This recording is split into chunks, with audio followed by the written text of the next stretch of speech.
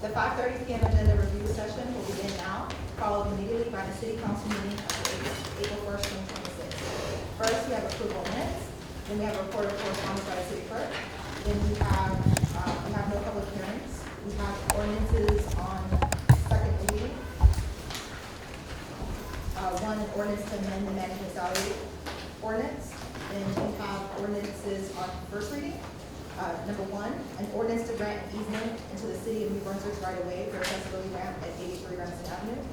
We then have ordinance number two, an ordinance to authorize the sale of city property with the New Jersey Department of Transportation for a sale of a portion of property along Route 1. Number three, an ordinance to amend and supplement the revised general ordinances of the city of New Brunswick, Title 15, Buildings and Construction, Chapter 1504, Uniform Construction Code, and Chapter 1536, Flood Damage and Prevention Regulations. Number four, an ordinance to amend and supplement the revised general ordinances of the city of New Brunswick, Title 13, Public Services, adding Chapter 1309 concerning fats, oils, and grease introduced into the sewer collection system. Number five, an ordinance to amend and supplement the revised general ordinances of the city of New Brunswick, Title 16, Land Development Code, and this is with respect to several code amendments. Number six, an ordinance to exceed the municipal budget appropriation limits and establish a cap bank. Number seven is a bond ordinance providing for the new firehouse phase 1 in and by the city of New Brunswick and the county of Middlesex, New Jersey, appropriating $4.5 million therefore, and authorizing the issuance of $4.275 billion bonds or notes of the city to finance part of the cost thereof. We then have resolutions number 1 through 35. Number 1, approve amendments. 2, approve payroll. 3, authorize refund for redeemed tax sales certificates. Number 4, authorize the tax collector to transfer overpayments on several tax and utility accounts. Number 5, approve shared services agreement with the New Brunswick Board of Education with respect to provision of city services reimbursement in the amount of roughly $4 million. Number 6, authorize cancellation of certain general capital improvement authorizations. Number 7, approve amendment of resolution R072526 for an additional amount of $35,000 with Tracer LLC for the stormwater utility platform and professional services. And number 8, approve request for use of city property by New Brunswick tomorrow for a soccer game. Number 9, approve request for use of city property and use of city sidewalk by Lincoln Elementary and New Brunswick Board of Education for kite flying. Number 10, approve request for use of city property requested by New Brunswick Middle School and New Brunswick Board of Education for an 8th grade picnic. Number 11, approve request for use of city property by Sigma Alpha Epsilon of Rutgers University for a patty plan picnic barbecue.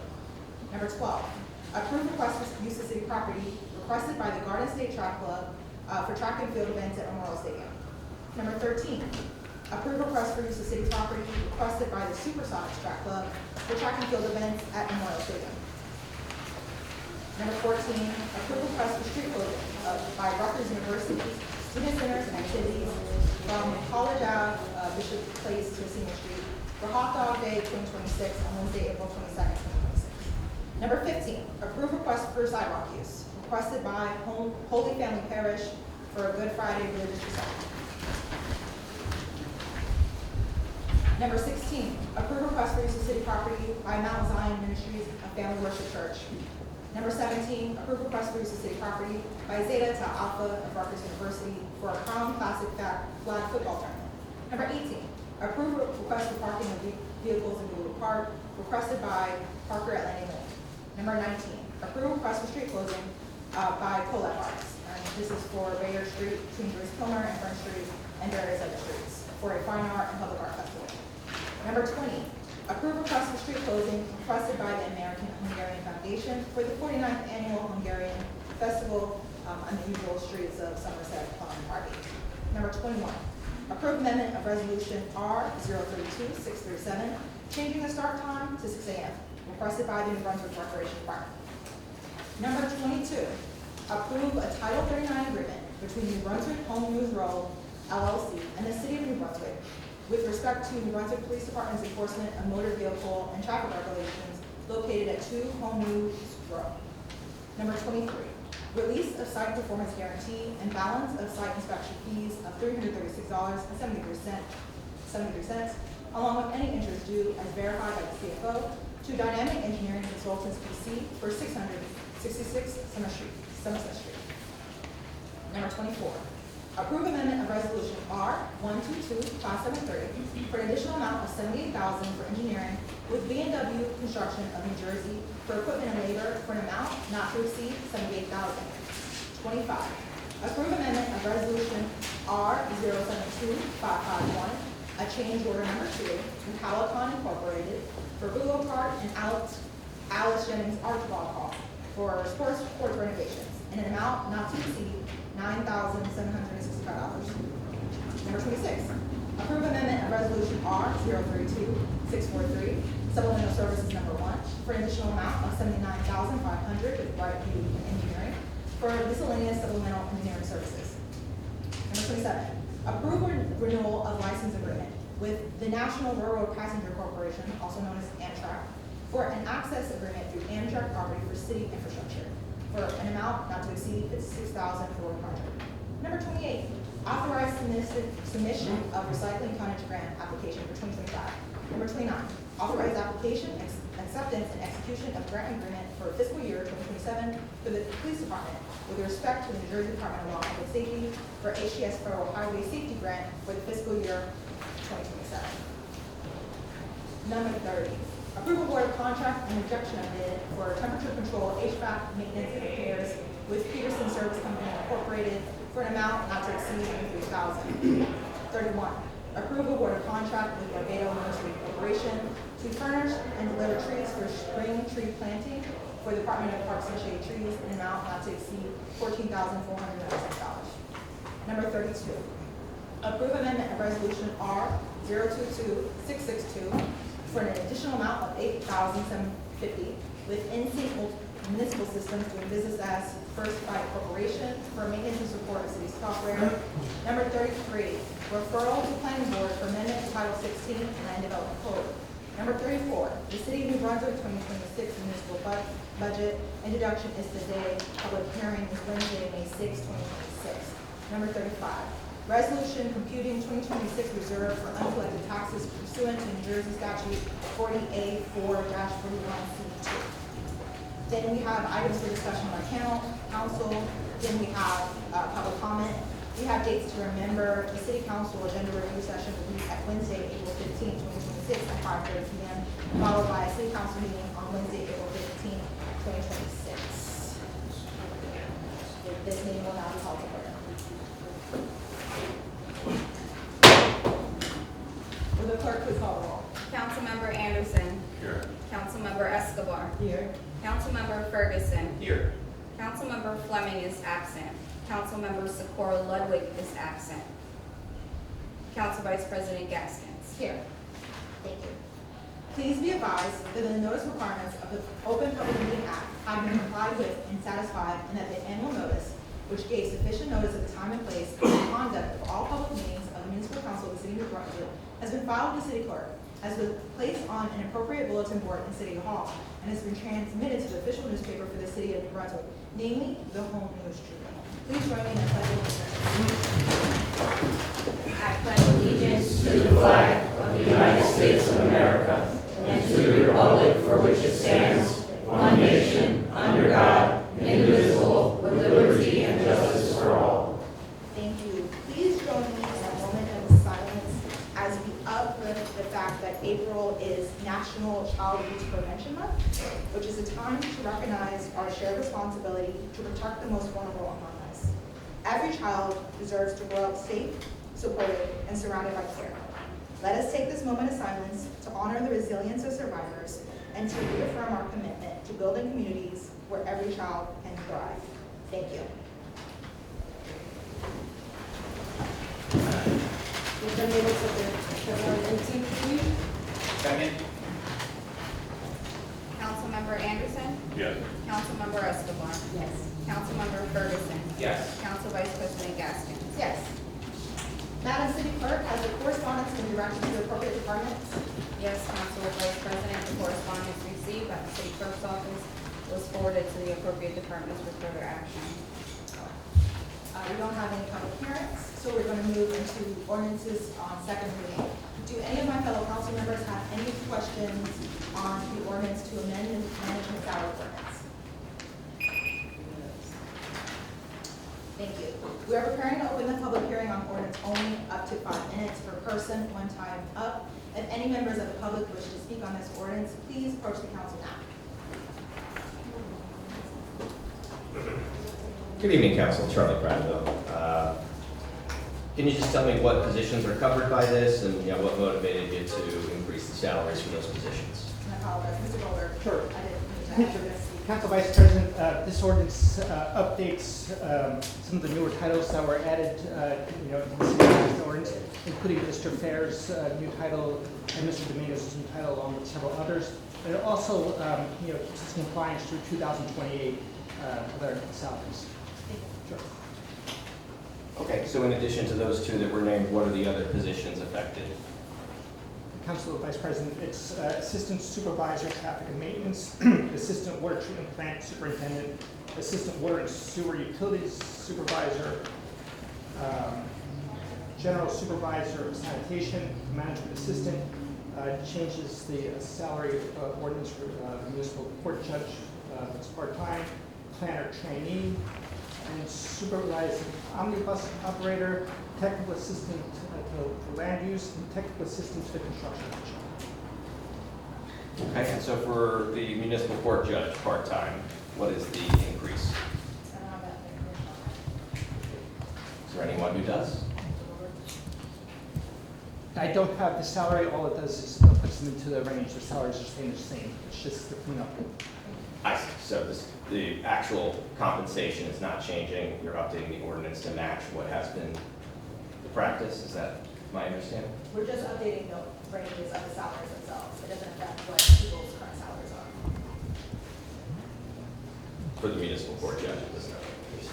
Not for any individuals. Council Vice President, it's for all the salaries have a range that they must, as you suggested, have to fall into. And we have to adjust that range. And there's cost of living increases that happen over time. So all these positions eventually could hit the top of the range. So once a year as an annual cleanup, we do this with this. I guess I'm trying to understand how the judge's salary is set in the first place, right? They're not a union, it's not a CBA, so, what would cause the judge to get an increase in salary? Is your question why is the judge part of the management salary ordinance, or? Well, I guess you're saying you need to adjust the range to match what is presumably a higher salary now for the judges that are part-time. Just curious when and how that salary was raised. So my understanding that this is just an annual adjustment that we do each year? Okay, but they did get a raise at some point.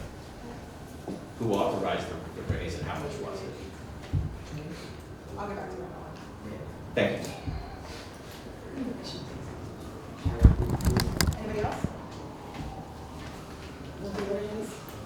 Second. Councilmember Anderson. Yes. Councilmember Escobar. Yes.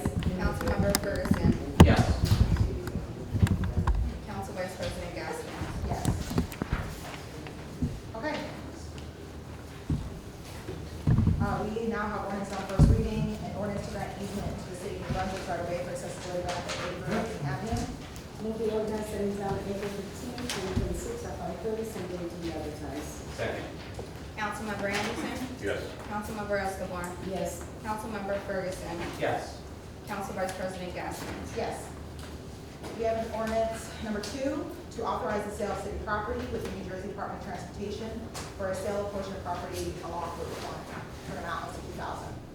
Move the ordinance setting down April 15, 2026 at 5:30, same day to be advertised. Second. Councilmember Anderson. Yes. Councilmember Escobar. Yes. Councilmember Ferguson. Yes. Council Vice President Gaskin. Yes. Number 3, an ordinance to amend and supplement the revised general ordinances of the city of Brunswick, Title 15, Building and Construction, Chapter 1504, General Construction Code, Chapter 1536, Flood damage prevention regulations. Move the ordinance setting down April 15, 2026 at 5:30, same day to be advertised. Yes. Councilmember Ferguson. Yes. Council Vice President Gaskins. Yes. Number 4, an ordinance to amend and supplement the revised general ordinances of the city of New Brunswick, Title 13, Public Services, adding Chapter 1309, fats, oils, and grease introduced into the sewer collection system. The ordinance setting down April 15, 2026 at 5:30, same day to be advertised. Second. Councilmember Anderson. Yes. Councilmember Escobar. Yes. Councilmember Ferguson. Yes. Council Vice President Gaskins. Yes. Number 5, an ordinance to amend and supplement the revised general ordinances of the city of New Brunswick, Title 16, Land Development Code with respect to several proposed amendments. With the ordinance setting down April 15, 2026 at 5:30, same day to be advertised. Second. Councilmember Anderson. Yes. Councilmember Escobar. Yes. Councilmember Ferguson. Yes. Council Vice President Gaskins. Yes. Number 6, an ordinance to exceed the municipal budget appropriation limits and establish a cafe. With the ordinance setting down April 15, 2026 at 5:30, same day to be advertised. Second. Councilmember Anderson. Yes. Councilmember Escobar. Yes. Councilmember Ferguson. Yes. Council Vice President Gaskins. Yes. Number 7, a bond ordinance providing for the new firehouse phase 1 in and by the city of New Brunswick and the county of Middlesex, New Jersey, appropriating $4.5 million therefore, and authorizing the issuance of 4.275 bonds or notes of the city to finance parts of the cost thereof. With the ordinance setting down April 15, 2026 at 5:30, same day to be advertised. Second. Councilmember Anderson. Yes. Councilmember Escobar. Yes. Councilmember Ferguson. Yes. Council Vice President Gaskins. Yes. We now have resolutions, number 1 through 35. Do any of my fellow council members have any questions or comments on the above resolutions? Seeing if there are no questions, at this time, we are preparing to open the meeting to public comment on the resolutions only, for up to 5 minutes per person, one time up. If any members of the public wish to speak on the resolutions, please approach the council. Madam Council Vice President, I think with respect to the last resolution of the introduction of the budget, we might want to have the administrator just give an overview on that. Okay. Mr. Woods? Sure. My apologies, No, brother. that, if you don't mind, Council Vice President, I have a letter here from the mayor that the council has. Dear members of the City Council, residents, and taxpayers, I'm pleased to present the City of New Brunswick proposed 2026 municipal budget. This budget reflects our continued commitment to responsible financial management while making important investments in public safety, infrastructure, water quality, parks, and city services that improve the quality of life of our residents. We recognize that residents are continuing to face affordability challenges, not only here in New Brunswick, but across the country, as the cost of food, housing, utilities, and everyday necessities continue to rise. While many of these costs are beyond the control of municipal government, we remain committed to managing the areas we can make a difference. One of the most important responsibilities we have is controlling the municipal tax rate, and I am pleased that this year's budget includes a reduction in the municipal tax rate, providing direct financial relief to our residents and businesses. This is a fully funded budget that provides financial relief to taxpayers in the form of a tax cut made possible through careful spending and increased revenues generated from outside the local tax base. The proposed 2026 budget totals $114,110,453, supported by a tax levy of $442,902,446. The continued revitalization of New Brunswick is clearly visible throughout our skyline and has strengthened the city's financial position. These redevelopment efforts have generated $2 million in new revenue, along with $24,373,900 increase in total assessed valuation of taxable property within the city. As a result, I'm proposing a reduction in municipal tax rate from $1.13 to $1.12 for every $100,000 of assessed value. Therefore, the average home, which is assessed at $265,177, will see their taxes decrease from $2,989.03 to $2,983.37. A reduction in municipal taxes also benefits our renters, as increases in property taxes are often passed along to tenants through higher rents. By lowering the municipal tax rate, we're helping to ease that pressure for both homeowners and renters alike. Public safety continues to be one of our highest priorities. This budget funds the hiring of 5 new firefighters and 9 new police officers. 4 of these police officers are already on patrol, and 5 will be attending the police academy later this year. We're also continuing to invest in modern equipment for our first responders, including the recent purchase of a new fire department ladder truck valued at $1,788,000, ensuring our emergency services remain properly equipped to protect our residents. The Department of Public Works will begin the 2026 annual milling and paving program on several streets, including Clinton Avenue, Mitchell Avenue, Curtis Place, Wright Place, Bluffberry Avenue, College Avenue from Hamilton to Somerset, Patterson Street from George to Nielsen, Oliver Avenue, Camden Avenue, and Townsend Street. These projects are supplemented by state and federal grants secured by the city. In addition, the city plans to upgrade over 4.1 miles of water mains and underground utilities under Landing Lane, George Street, Voorhees Road, Thompson Road, and Pennington Road. Once these utilities are upgraded, the streets will be repaved and the curbs replaced. Our park systems continue to receive significant investment. The brand-new Liberty Square Park located downtown represents a $4,083,000 investment in new park development. The city is also moving forward with the complete renovation of Alex Baker Park, $2,150,000, and a significant refurbishment and upgrade to the amenities in Joyce Kilmer Park, totaling $1.9 million, with funding support from county, state, and federal grants. Work for both these projects will begin this fall and will be completed by the summer of next year. In addition, earlier this year, we began the community input and design phases for the next redevelopment project, Murphy Park. This budget allocates $4.5 million for phase 1 of the new fire headquarters, which will include design, land acquisition, and site preparation. Construction documents are expected to go out to bid this summer in preparations for phase 2 construction. In addition, exterior and interior upgrades to firefighter living quarters will be completed for all 3 firehouses in 2026. The city's multi-year, $58 million water treatment plant upgrade, which will increase capacity by 5 million gallons per day, continues on schedule. Phase 1, $23 million ultrafiltration system is nearing completion and will allow phase 2 to begin soon after, with phase 3 currently in design stage. These investments ensure that New Brunswick continues to provide drinking water that far exceeds New Jersey federal standards. We're also replacing the 750,000 gallon, Van Dyke Avenue storage tank with a new, larger 1.5 million gallon tank funded by federal funds. At the same time, utility crews are testing 7,700 water service lines and removing any lead connections, supported by a $9.9 million H2O I-Bank grant principal forgiveness program. Revenue from the city's stormwater utility will fund a stormwater master plan, including enhanced digital mapping of topography, contours, and water flow to guide future infrastructure investments, improve city planning, and increase resiliency during major storm events. This year, the city will be deploying 4 high-powered vacuum trucks and trailers valued at $1.4 million, along with 4 Elgin Pelican waterless control street sweepers valued at $1.5 million to modernize our fleet. Funded through state grant programs at no additional cost to ratepayers, this equipment will help storm and sanitary sewer pipes stay clear and mitigate the risk of flooding. We will also undertake a nearly $1 million watershed and waterway abatement initiative to reduce obstructions and improve stormwater flow during major storm events. In closing, this budget reflects a careful balance between fiscal responsibility and strategic investment in our city's future. It strengthens public safety, improves infrastructure, protects our water supply, enhances our parks, and continues the progress we made in revitalizing New Brunswick, while also providing tax relief to our residents and businesses. Thank you for your careful review of the proposed 2026 budget. I look forward to working together with the City Council as we finalize this budget for the coming year.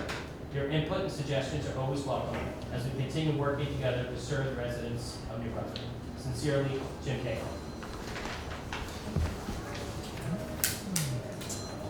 Good evening, Council. Charlie Cradville once again. I have comments on a few resolutions, and I'd like to address the statement that was just read. But first, number 19 is Fine Art and Public Art Festival for October 18th. Good organization, Collab Arts, putting it together. It sounds like a great thing. Could I get some more information on it? From what I hear, it's going to be an exciting time. You know, we've always want to encourage more expressions of art within the city. So we're just going to have a street closure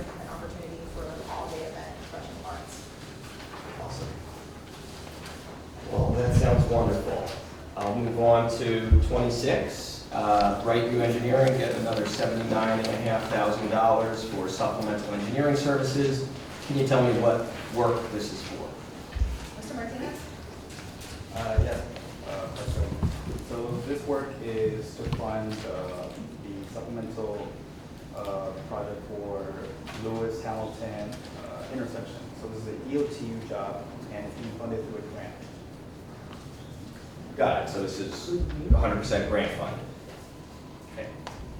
Next up, the very next one, access agreement to go through Amtrak's property for 25 years. Can you tell me what this is for and what the amount is for? Where's that money changing hands?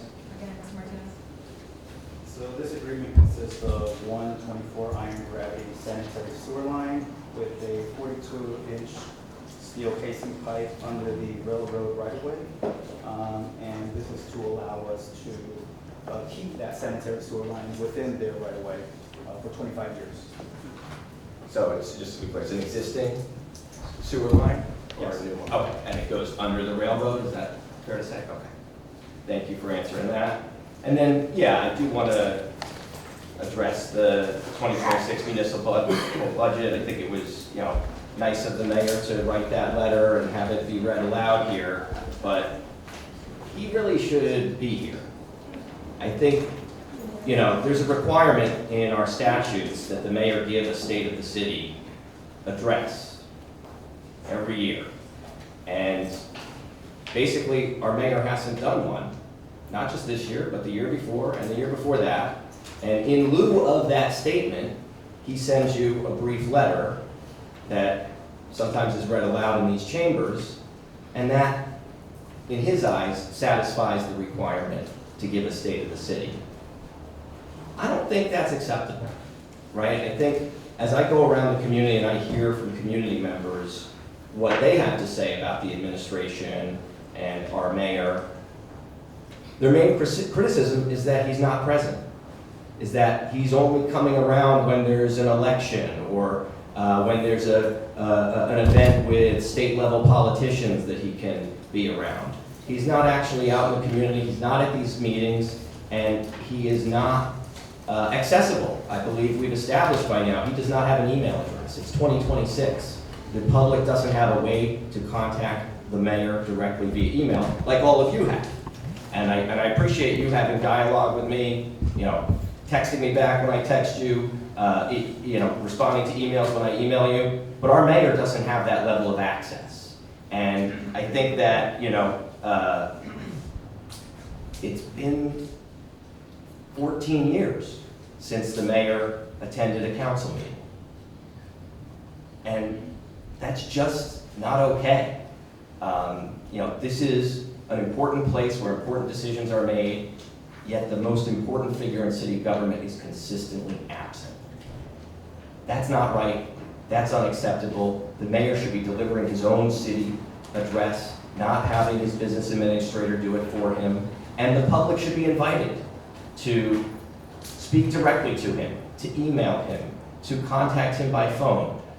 Yet he puts himself out of reach. And I think that, the letter we just heard read, while the contents may be, good, may sound good, it's not what we deserve. We deserve to actually see our mayor in real life, on the regular, at these meetings.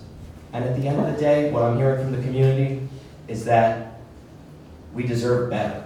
We deserve better access to our mayor, and we're not getting it at these meetings, and we're not getting it in general in our neighborhoods, on our streets, and in our communities. We want to see the mayor, we want to be able to question the mayor, and what we just heard was an excuse for a State of the City address. We deserve better.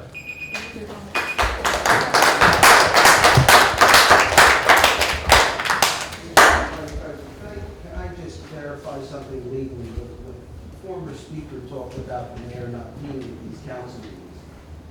Perhaps he doesn't realize this is a faultier form of government, and the mayor does not come to council meetings. He's the executive. This is the legislative branch of government. So the mayor doesn't come to city council meetings. There's no requirement statutorily, and in fact, the statute is specific with respect to that. So I don't know where the speaker is getting this information, but it's wrong. Thank you for your comment. April? Yes, hi, April, 152 State Street. So I have some comments with regards to the municipal budget, you know, some of which maybe was already addressed as a long statement, so I may have missed some details. I do just want to clarify something in response to what the city attorney just said. The law does not require that the mayor attend, but there's no legal restriction saying he's not allowed to attend these meetings, is there? And that's sort of like establishing the minimum standard, not saying that he's not allowed to attend any public meetings. There's no prohibition. You can continue to comment. Yeah, okay. I feel like that's just an important distinction when it comes to the standards that we set for our city officials. Yes, there are legal minimums for what is required for them to do, but I think we have a fair right to expect more of our city officials than just what is the legal minimum. With regards to the municipal budget, I just want to see if we have the number. So if the taxes had not been reduced, they've been kept the same, what would be the additional revenue generation from that? Do we have that number? I don't know. Okay, so we don't have the number for what the cost savings is to the taxpayers as a result of these cuts. I'm not prepared to calculate that within the 4 minutes we have left to give you that. I can get you an actual number of time. Okay, yeah. Just wondering if we have that. I think it's fair to say that there's always a need for additional funding for many of our city programs. There's a lot of programs that are doing great work, but there's also they could do a lot more if they had more support and resources. I can say for myself as a taxpayer that if given the choice to reduce my taxes slightly or maintain the same level of tax and get better funding and better support for city services for myself and my neighbors, I would much rather have the latter. And certainly, I know many of those issues have been raised to the council here before. But certainly, homelessness is a major issue in our city, and one of the things that we hear from the council, from the city, when we do get any kind of response to those concerns, is that we're doing the best we can with the funding that we have. Well, it does seem like this is an opportunity to improve the funding for programs that need it, and I'm a little bit confused why that wasn't done. So I don't expect that there will be a specific answer to that concern, but certainly if someone has an answer, I would appreciate hearing it. I can follow up. I can go with that. Vice President, I have an answer to it. And I think just to clarify, what you're talking about is the levy. And the levy is, of course, what we generate from taxes from people who pay them. Due to revitalization, there's other monies that came in. So the total appropriation of the budget hasn't necessarily been reduced. The amount of money that people are paying in taxes has been reduced in the levy because of the great performance of revitalization in other areas. So you could be assured that there's no programs being cut.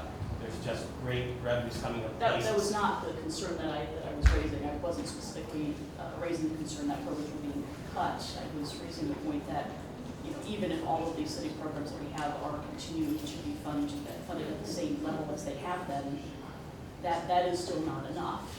And there are issues that need more resources than what they have been getting. There's been an increase in numerous grants and revenue funding for many of the programs in the city. So if you have a specific program, I can be glad to show you where the money comes from, if it comes from beyond the tax base. But the revenues came in strong, and the programs continue to thrive.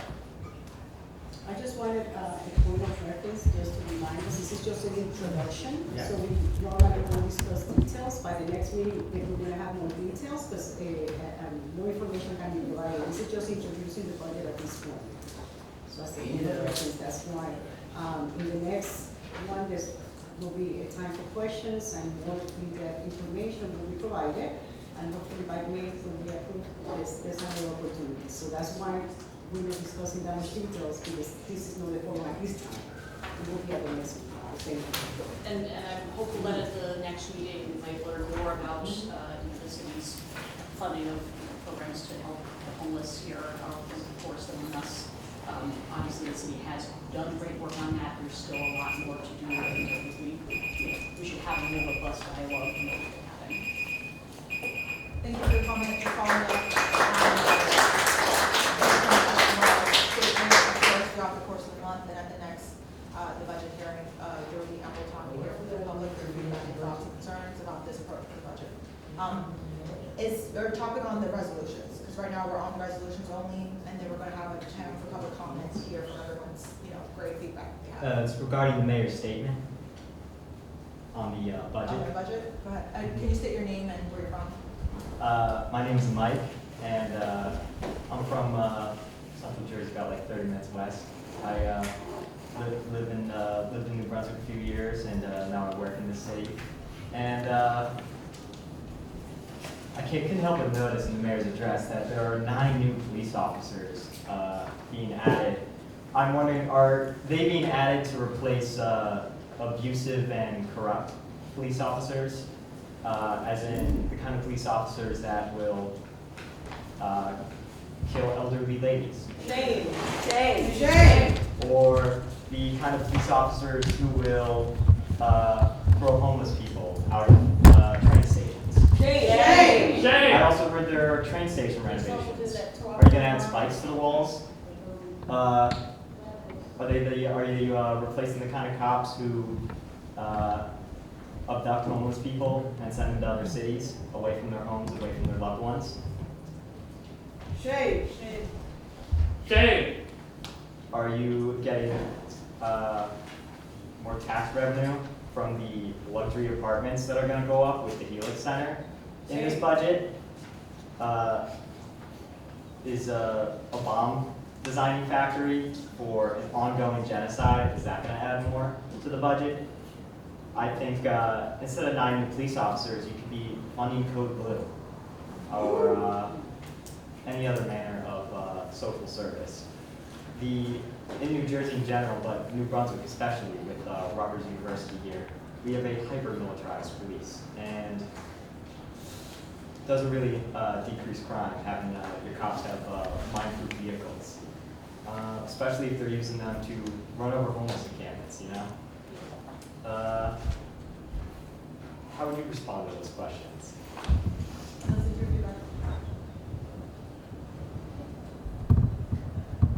Well, that's all I have to say for now regarding that specific aspect of the budget.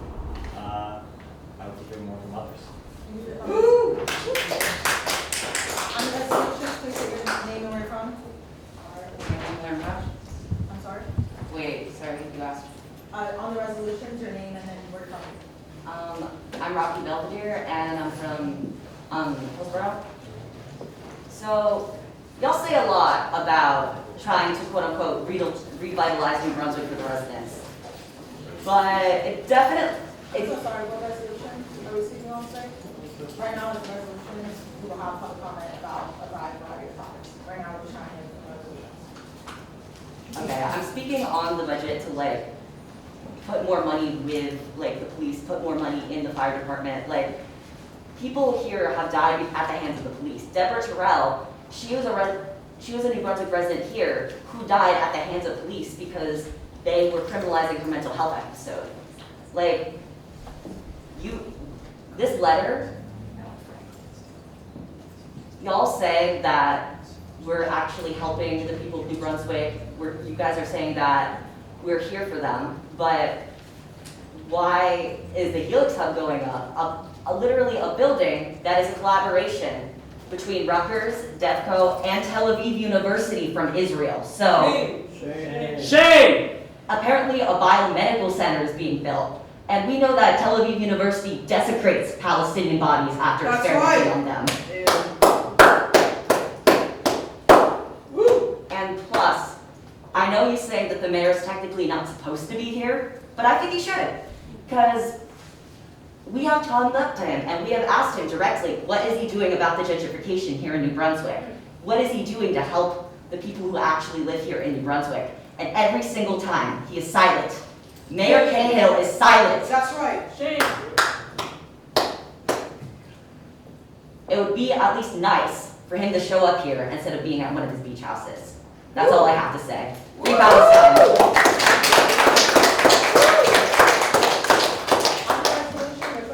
Your name and where you're from. Adam, I'm from Hamilton Township, New Jersey. Right? Although I live there currently. I was born in New Brunswick and I was delivered by one of your doctors up here at the Rutgers hospital, right? And can I go to, is Manuel Casta, is Manuel here? He's not here. Why is he not here? I was going to tell him that he has such a sick concept in his head about revitalization. And the way I see it, that's just another euphemism for gentrification. That's right. Right. You have a resolution to hire 9 new police officers. I am as much as I am anti-ICE as I am anti-cop. I cannot ignore the suffering of the meaningless suffering that is caused by the police, in which they see it as just something as possible as living day-to-day life. I cannot see just what value that brings to the city of New Brunswick here. Hiring more people that are fundamentally trained to see me as an enemy, as just another gang or criminal.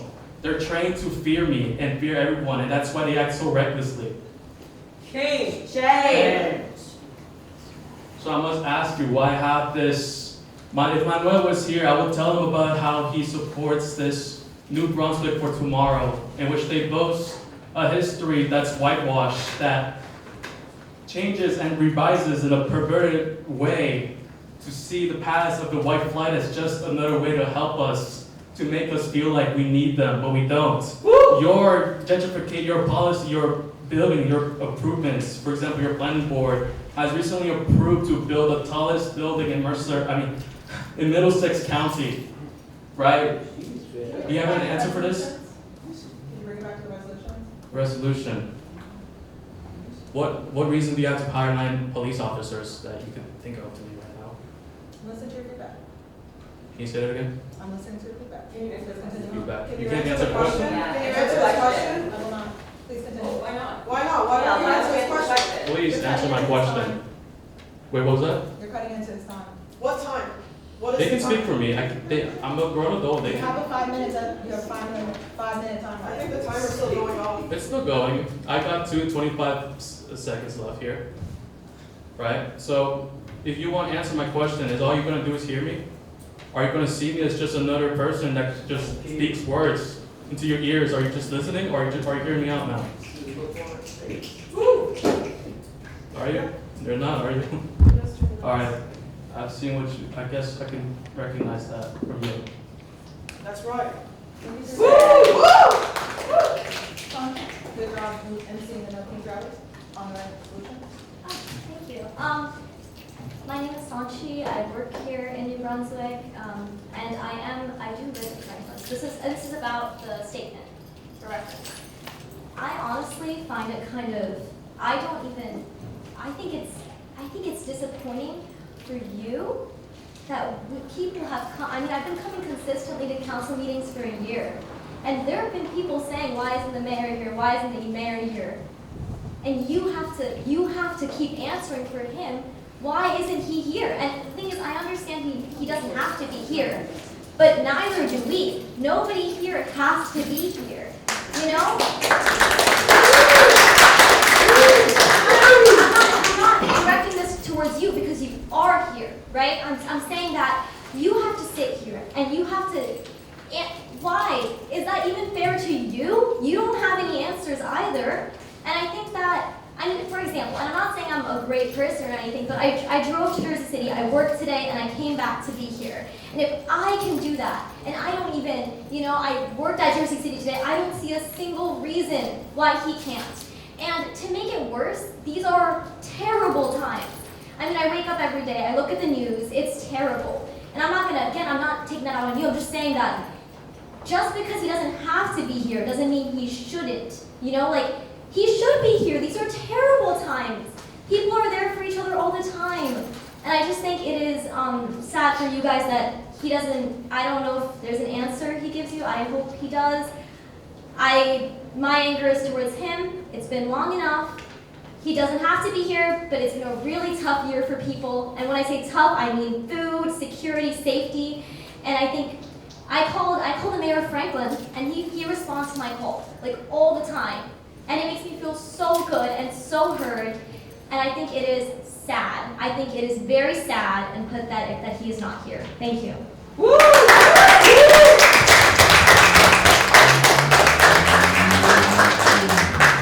Hi. Good to see you, Danielle. Yes, Danielle Farm, Holland Park resident, due to where, but I don't want to stay in New Brunswick anymore, or around Devils anymore.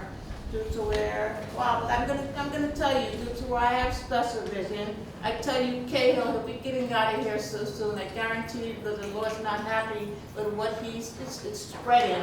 He's spreading too much hate. And when I say hate, and I will show you an example, what type of person, when you ran with Mayor Cahill, where, wow, what type of mayor I've never seen before. Ooh, let me meet with with color of the skin. Oh, let me meet with my Latinos. Let me meet with my Black Democrats. To where what you never wanted the community to come together. So, like I said, what type of mayor is he? Just to show up when it's only time for a picture, every time to make it look good. But like I said, right. Oh, he'll be out of here because, like I said, God don't like ugly, and believe me, what he just let go on due to where happening to me. Where what? Do I feel safe to say safe? I'm not say safe in New Brunswick? No, I don't. Due to where what? First thing you need to do, you keep saying you hiring new police officers, new fire department. Really, I say what? I think you need to get a new Bible. Due to where, because everyone that keeps touching that Bible, what is happening? The devil from him, it keeps spreading to even the ones that you hire. Due to where what? Like I said, what you tore off my damn police department, tore off my shoulder. Been almost 2 years. Then what? I'm laying down unconscious on body camera. Why I said I won't trust New Brunswick. What? New Brunswick Police Department, where what you were responsible for buying the equipment to allow them to change the body cameras. Due to where what? Hang on, I'm unconscious, and your Officer Rodriguez gonna take my sling off of me and start swinging my arm up and down to see if I was faking when I was unconscious on the ground. Shame! Shut! What? And do you expect me to really trust New Brunswick Police Department? Like I tell other people, yes, if you can't help distract your situation, yes, it's time for a new location. Like I said, it's heartbreaking for me after I would get to the public due to what you really did to me. Like I said, what I'm going through now with the fire department as well, just as bad as the police department. What? Please, like I said, you're hiring the devil of all of you is in all of you until the devil leader is out of here, and that's Mayor Cahill, due to where what? All he does is what? Teach hate, not right from wrong. And what then you the ones that I did see due to where what? Get promoted? What? They were the ones due to where what? On body camera, not lying. You promote someone that way? Where what? You tell lies? But like I say, I know who I walk with, who I talk with, and who I work for. What I was touched to do, and like I said, what? To locate all devils, and like I said, you cannot change anything that the Lord has seen you do already. And like I said, oh, Cahill, and like I said, oh, New Brunswick Fire Department and Police Department, EMS as well, Robert Wood Johnson, you will all have your day because your lives will never be the same again, and I will pray on it.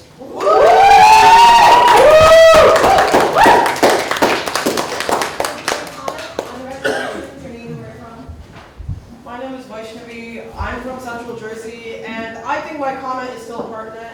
I think the statement that Mayor Cahill has so kindly graced upon this body, like, is pertinent. Talking about it is pertinent.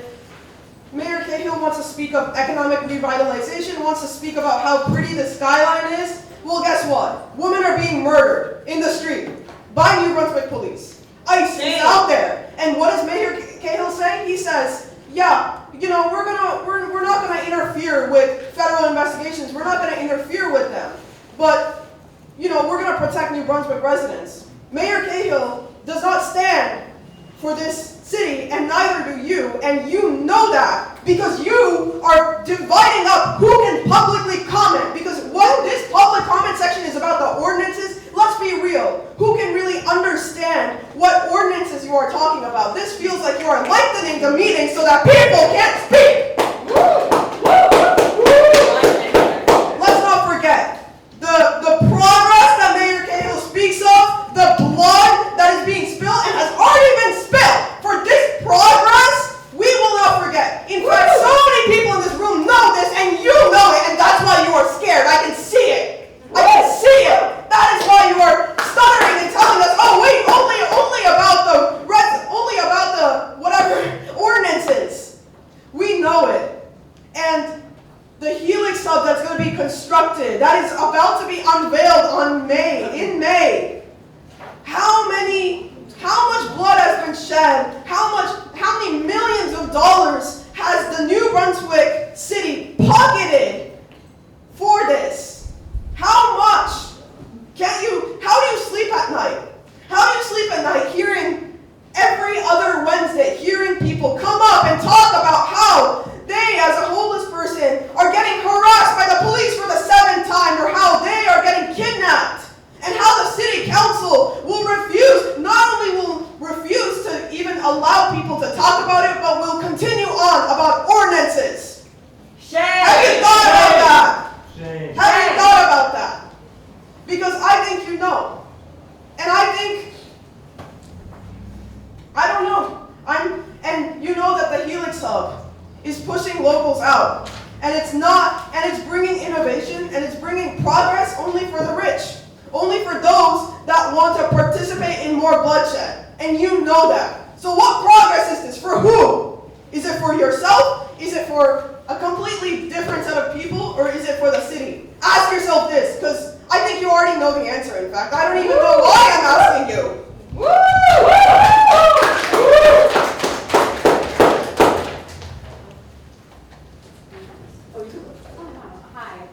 Hi, Ashley Kaplan. I'm actually a New Brunswick resident for nearly 20 years now. I live at the Colony House, and I just want to say that I actually really love some of the stuff on the resolutions as far as the new water pipes go. I think infrastructure is a really important thing for cities like ours to keep thriving. I'd also say the parks and the improvements to all the parks that we have, more greenway, more environmentalism. I know we've won some awards in the past for those things. And I do want to also mention that, you know, of the 10 people that spoke, now 11 myself, 3 of the 8 are residents of New Brunswick. And, you know, I heard a comment that said that you don't allow people, or you're restricting people of the public. And I just think it's so wonderful how open you are to having people, outside voices, to come here to express their feelings around New Brunswick residents, actual residents' issues. So from a New Brunswick resident, I really love what you're doing. Thank you. You know. No one talked. Hi, I'm Cal. I live in New Brunswick. Not only do I live in New Brunswick, but I know a lot of people who've lived in New Brunswick their entire lives, and whose families live in New Brunswick their entire lives, and their grandmothers and their great-grandmothers live in New Brunswick their entire lives. And I want to respond directly to the mayor's statement and the city budget. The fact that he included that they were focusing on making New Brunswick affordable has got to be the biggest joke I've ever heard in my entire life. Because every single person who I know who's actually from New Brunswick, born and raised, and isn't a student or some professional from New York City, agrees that this city is suffocating every single person who is not a student or not like a DEFCON employee or a J&J representative. They are suffocating them. Deborah Terrell was killed. That's right. In downtown New Brunswick. And that's not an accident. That's a cleansing campaign of the locals of New Brunswick. That's right. Because for the last 2 years, I've seen people physically get forced out of their homes, forced out of the places that they're staying, homeless be forced, get beat at the train station because they dare to be next to where the Helix Hub is being built. And you want to tell me that this city represents the people who live here. This city is killing the people who live here, and they will continue to kill the people who live here. The cops who murdered Deborah Terrell are still on the force. I see them at the yard getting a kiki. I see them at the yard every day. You tell me the city cares about its people, it's killing them! That's right! It's killing them! That's right! Me, please. What did she say? What? I'm asking you to direct the attention to me. Okay.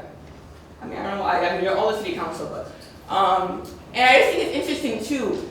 You know, French Street, the corner of French Street and Handy is known, even by this council, even by the city, it's known as the epicenter of the Mexican community in New Brunswick and the Latino community in New Brunswick. So when ICE came a few months ago and arrested violently 3 people in the heart of New Brunswick Mexican community, what did this council do? What did the mayor do? They said, oh, police cannot interfere with ICE investigations.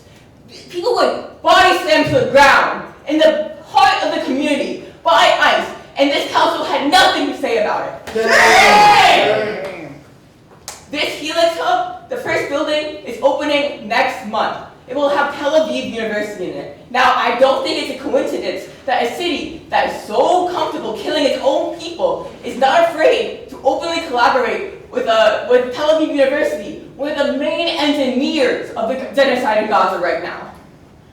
Shame! Shame! And not only is it Tel Aviv University, the second Helix Hub building, and this might be news to a lot of you, is directly funded by the Department of Defense. The Department of Defense is directly funding the second Helix building, and we are at war. And they are building weapons in the middle of our city when homeless people and New Brunswick residents for generations starve on the street. I know a woman who died at the fucking train station, sorry for cursing, at the train station because you guys didn't help her. She was looking for housing, she was looking for help for years on the street of New Brunswick, and she died last year, just a year ago exactly now, because of the failures of this council. Don't you ever say that you care about the people of New Brunswick, or you're working to make the city better for the people who live here. You work, all I've seen this council do, and all the times I've been here, is rubber stamp everything that the developers want. The developer comes in, you're like, that sounds good, that sounds good. That's right. The developer comes in with like a data center plan, you're like, that sounds good, that sounds good. Then like 300 people pull up, like, that's not good, and you're like, okay, never mind.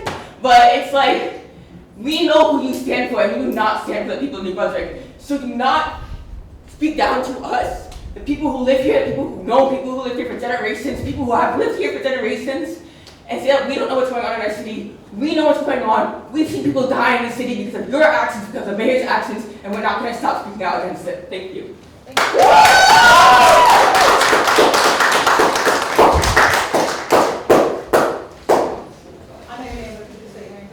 Yeah, it's Brandon Gilbo, a resident of 68 Harvey Street. Are we on public comment? We're on resolutions. Okay.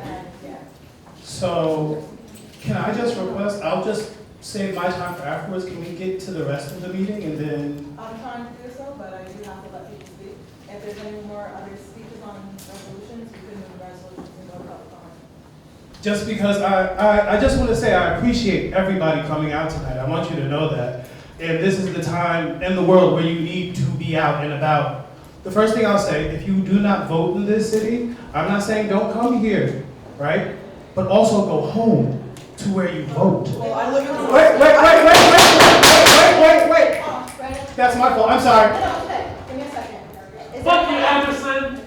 Hey. Blood is on your hands. Just civic. It's true. I have respected you, okay? It might not feel like that way to you, but I've given ample platform for everyone to say their piece. All the request by someone was, we move to the resolutions, then we're gonna go to public comment. and Tel Aviv University is coming to New Brunswick this May. Can I have a motion here? Motion to move the resolution. Second. Councilmember Anderson. Yes. Councilmember Escobar. What are you doing to not commit genocide in Gaza? Yes. Council Vice President Gaskins. Yes. Thank you. So we're gonna give you like 30 seconds. We're gonna open for public comment, but we do owe information to several people from last session who was here. Great, so there's a lot. So first and foremost, there was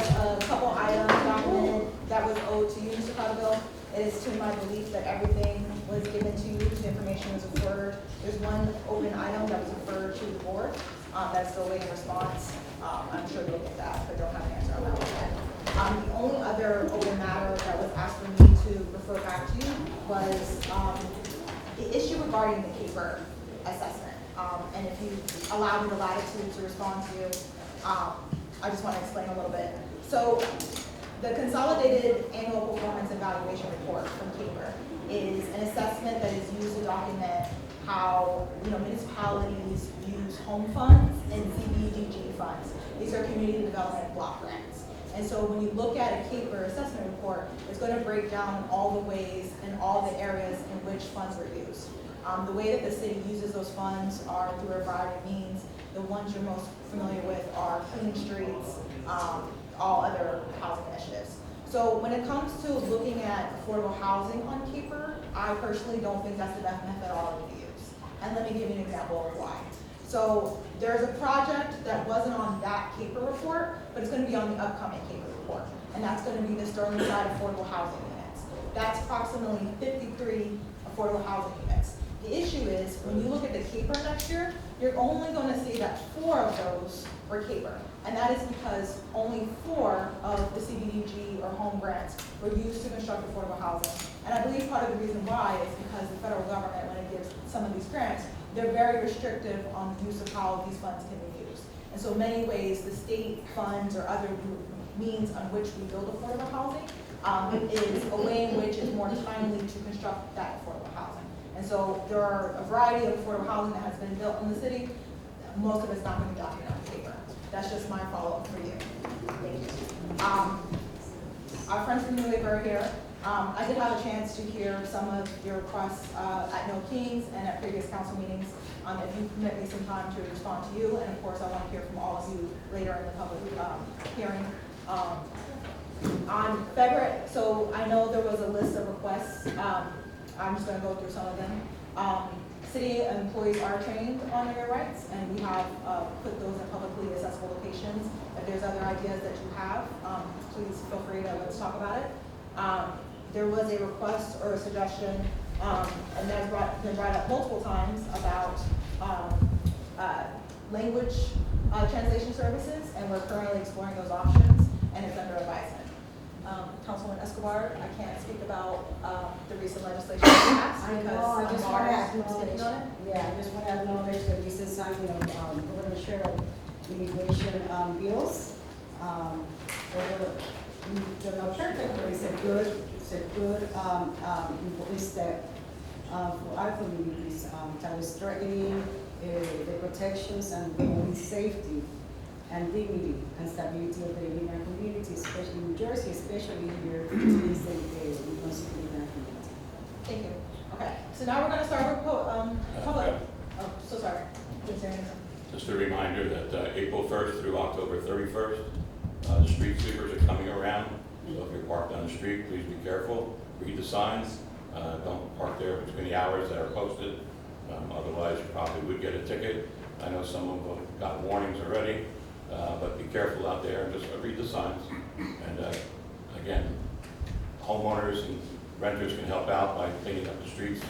24 inches into the road is actually our responsibility also, but the street sweepers are starting today.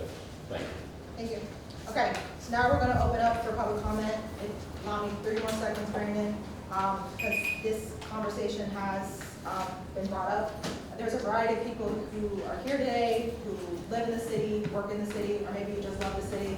The point of public comment is to hear from everyone's comments and to hear your feedback about thoughts on how we can lovingly improve our city. That is the goal for today. The rules are, I'm going to respect you, please respect us. I do want to hear everyone, and if we get too loud, it is hard to hear.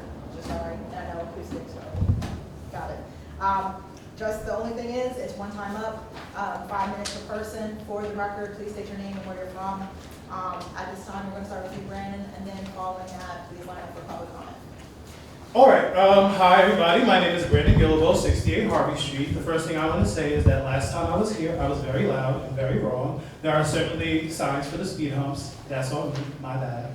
I would like to say shout out to everybody that came. I hope to see you here again in 2 weeks, and then in 2 weeks after that, and then 2 weeks after that. And when the cadence changes because a holiday is coming, I hope to see you then as well, because that's the best way to be civically engaged. I see a lot of passion in you guys. I see you guys caring, and I know this is supposed to be directed towards you, but I'm really saying to you guys that the best way to affect change is to not just be here today, but to be here in 2 weeks from now. And if you don't vote here, to vote where you live. Okay, now back to you guys. I don't know if you guys heard about the mayor of Philadelphia, right? She proposed a really interesting idea. It's a $1 tax on every Uber, excuse me.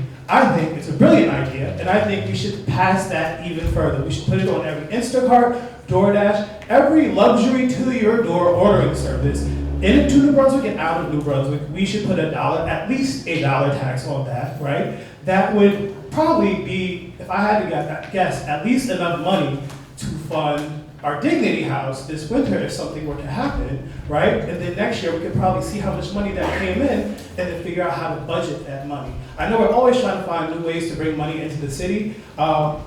A good idea is a good idea, and I think we should steal it and run with it and get it going as soon as possible because it brings money here. Everybody mentioned the mayor not being out and about. I think this is a great opportunity. I've heard it mentioned here before. A deputy mayor would be a great idea. Just somebody that can get more face time with the city, right? I think it's a fantastic idea. I think we would all love to have a person here outside of you guys, right? Because as somebody mentioned at a previous meeting, you guys deal with the sort of commerce side of things, right? More so finances and making sure budgets get approved and where it can go, and not so much as passing that type of more strenuous legislation. So if we had a mayor representative here, we could possibly kibosh some of that frustration and anger that is felt amongst not just these young people, but many people in the New Brunswick community. That's all, guys. One more thing, I don't know if it was mentioned, but I believe her name is Dolores Huerta, excuse me if I say it wrong. May no more women have to sacrifice themselves in a struggle. May they not have to hide their truths so we can overcome oppression. May the leaders that are in those positions just do what they need to do, and the truths of the truth be truth. I'm sorry, I wish it was more eloquent, but I don't know if you spoke on it before, but I just feel like in spaces like this, it's integral that we speak truth to power and we call out terrible things that happen. And Cesar Chavez was a monster. And Dolores Huerta is a hero for that struggle and civil rights, and I just want to say that. Thank you. Very quick, just to remind that we're hearing all the feedback. Thank you. But just know that every department head is here from the city. So anything that is here that we receive any comment that they are, the business administrator is here, he takes notes, and that's why the departments are here. If they hear anything pertaining to their own specific department, they're gonna be working on it, right? They're hearing it directly from you. So I just wanted to make that comment so people are aware that 10 or more department heads are here on behalf of the mayor to listen to the different feedback and concerns that the community has and residents regarding the city. Can you say the name for the record? Yes. Mic check. Hi, everybody. My name is Brendan Kaplan. I've lived in New Brunswick for 21, going on 22 years. And while I've had the opportunity to know many of you on City Council just through the openness and association that you provide, at the same time, I also want to commend everybody who came out today to make your voices heard. Because what's going on, thank you, what's going on in the world and what's going on in the United States of America is sick and it's heartbreaking. And when I watch the City Council attempt to operate under these global conditions, I can't help but appreciate the microcosm, macrocosm alignment between how things function fractally. I can't help but think about how a charlatan has taken control of this country and is sending masked agents into the street to terrorize our residents. And I want to say that the City Council does a great job in building for the residents. And in a sense, we're victims of our own success. We have built it, we've provided these services, and now the people have come. And we don't have those levers of power to operate at the federal level. We can't do anything, but people are indeed scared. I'm scared. But my act of courage is to come out today and, like John Hancock at the bottom of the Declaration of Independence, say my name, Brendan Kaplan. I'm happy all of you are out here saying your names, to put your name on the line when it counts. Brendan, thank you. We were talking the other day about that very Uber tax. I work in transportation. And at the risk of providing unsolicited suggestions, I want to second what Brandon Gilbeau has brought up. Cars take up resources made for people. If we put a small tax on that, that can come back for those services, for those residents. As the helix is constructed and we bring in thousands of scientists, we can take models like I employed when I worked in the New York City MTA and connected them with some of the best researchers in the world through the Transit Tech Lab. We could collect problem statements from the residents. We could codify them. We could send them over to the helix, and we could say, we want these scientists to donate some time and try to solve these problems. A lot of our transportation issues, a lot of our civic infrastructure issues, a lot of our housing issues are going to be helped a lot by the 6G technologies that are invented in that building. And that is not to say that some of the other concerning use cases of that building are not also present. The point is that in today's America, in today's New Jersey, and in today's New Brunswick, things are not simple. Things are not easy. There are not good guys and bad guys. There's the community, and then there are people who, like I said, like Donald Trump, acted as a charlatan and took over that party. And we must always appreciate the subtlety. We must always appreciate the opportunity to have a conversation. Yes, you should all be here in 2 weeks. You should also write down policy proposals. You should send letters to these people, and you should have an ongoing civic dialogue. I've managed to get a couple policies through this board just by living here and speaking with them. But that does not take away from what is happening at the federal level. That does not take away from the concern.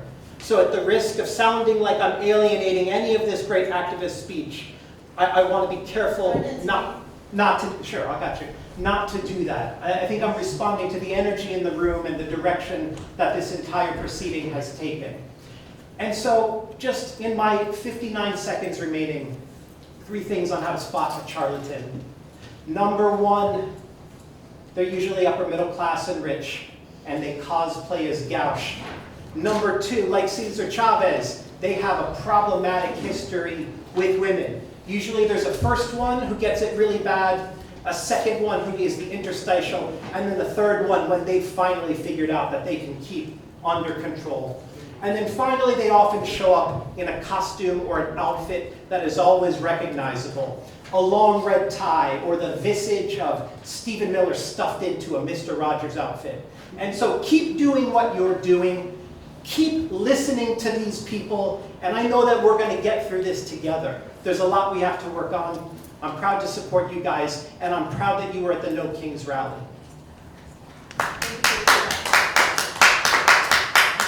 Before you set the timer, give me a chance, would you please pass this to the council members and all the way around, please? Thank you. Before you start the timer, thank you.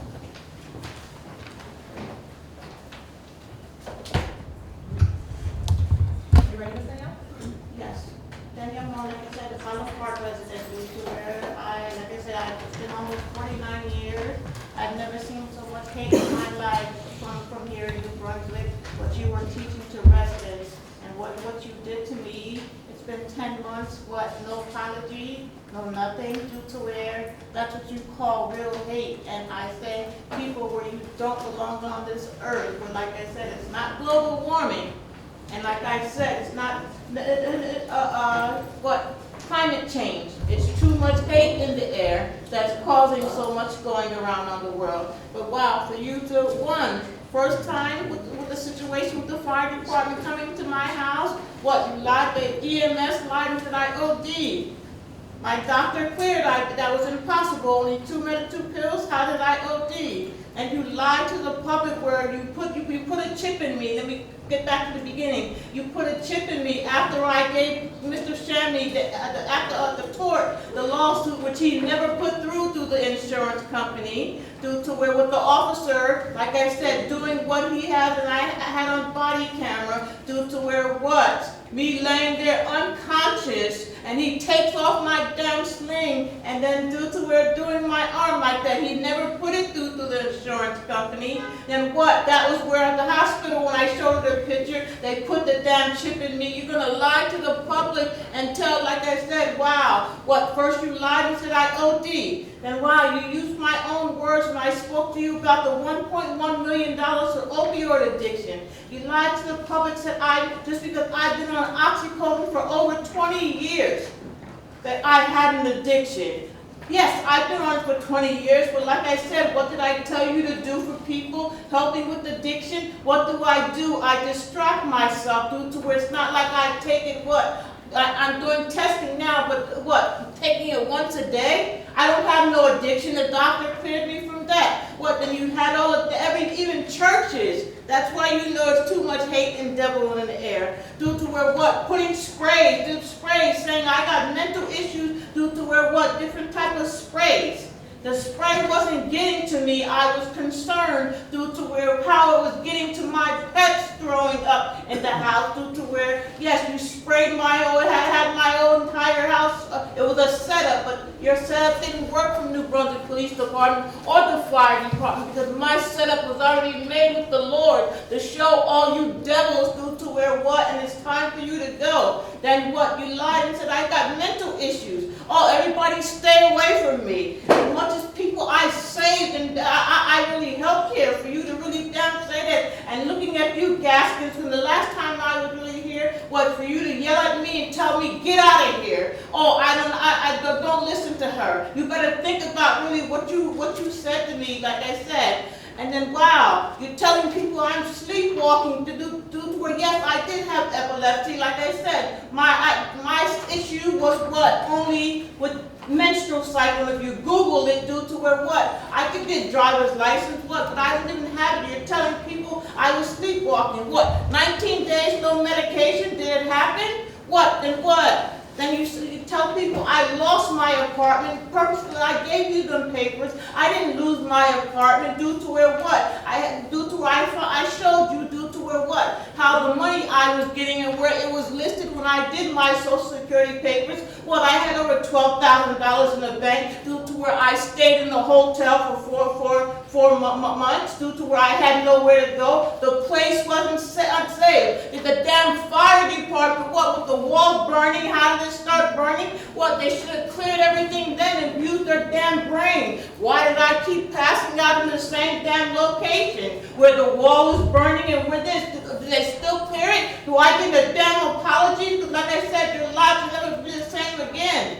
Then what, saying, ooh, I don't want to file a lawsuit due to where what? No, the point is, what, no one will hardly even take the case, but like I said, you won't get away with it one way or another, and like I said, what, I'm not on no seizure medication due to where you paralyzed my old goddamn left side where I can barely walk when I showed you before, back in time, what? I couldn't wear no bar. I can't even. How could I do this to my shoulder? Due to where what? It's all numb. That's what the medication is for. And then what? Due to where what? I had to go through this. What to prove to you? Like I said, one thing you better think about: how does the evidence always comes down to on my side to get back with you, and you don't like it? And like I said, this will be my last time. But like I said, you better think about what you really damn did to me, because it shouldn't have took 10 months to prove to you that what? I don't have any damn mental issues. But and you for telling the whole entire damn state, and like I said, maybe I'm talking to you and Anderson due to her telling me to get out of here. The last time I saw it, that was back in October. But but like I said, your lives will never be the same again. And like I said, what, the fire department in New Brunswick, you don't belong on this damn earth, and neither does Robert Wood Johnson as well. What, now I gotta pray? No, you're gonna listen to me. I gotta pray that you didn't damn destroy my goddamn nerves due to where what my whole left side is damn weak. Well, like I said, this will be my last time because, like I said, I don't ever want to see any of you again because, like I said, welcome to being a damn devil, and I don't want to be next to devils. But like I said, your life will never be the same again, and I will pray on it. Keep digging your hole deeper to be in your damn grave where you belong. Woo! Our friends from your labor, please step up. Thank you. Thank you for your patience waiting. Have somebody in the background? Of course, Madam Clerk.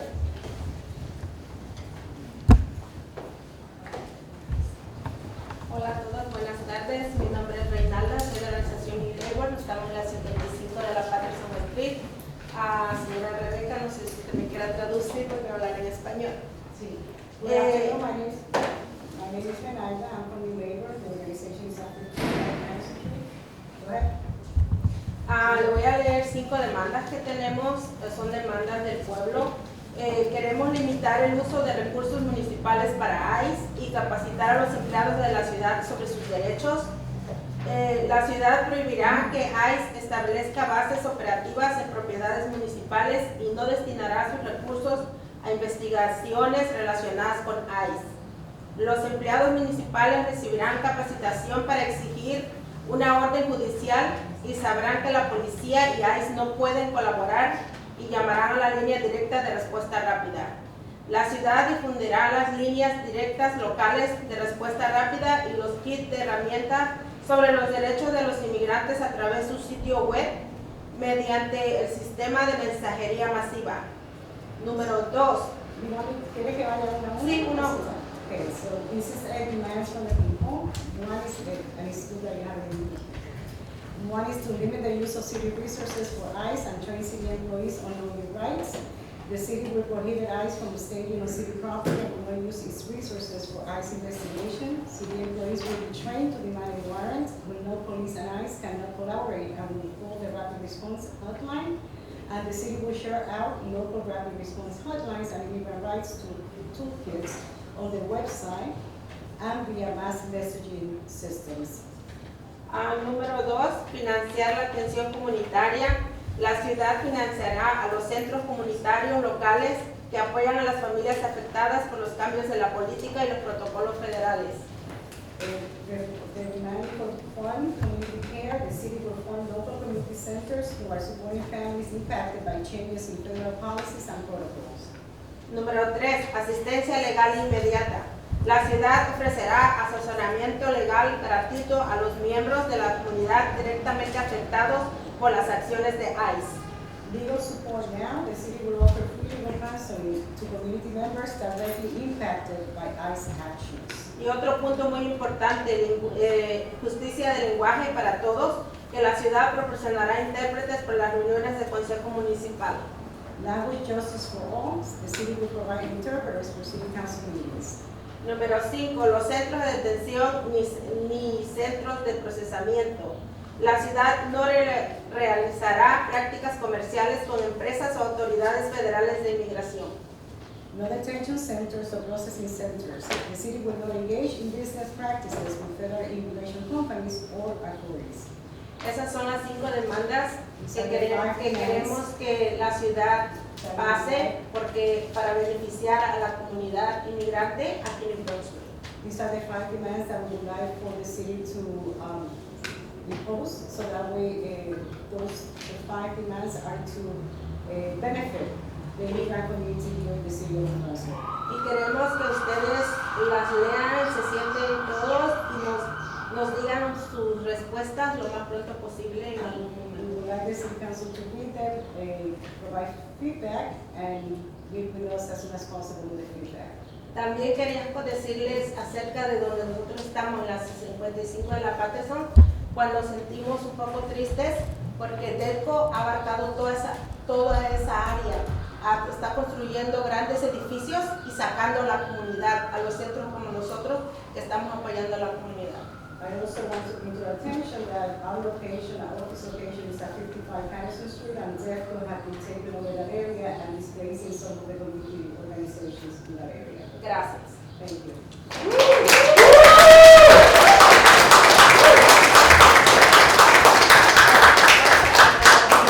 quick response, and then Rebecca's going to translate. Thank you for giving this. Some of this we're already exploring, and of course, we're always open to meeting with you and having further discussions. Gracias por haber traído estos puntos a atención. Algunos de ellos ya estamos lidiando con ellos, explorando, y otros ya son parte de la ordenanza que nosotros pusimos en febrero 24. Pero le agradece y estamos dispuestos, como siempre, a escucharte y a compartir nuestros feedback por lo que pensamos esto y a trabajar juntos como hemos hecho en anteriores ocasiones. Gracias.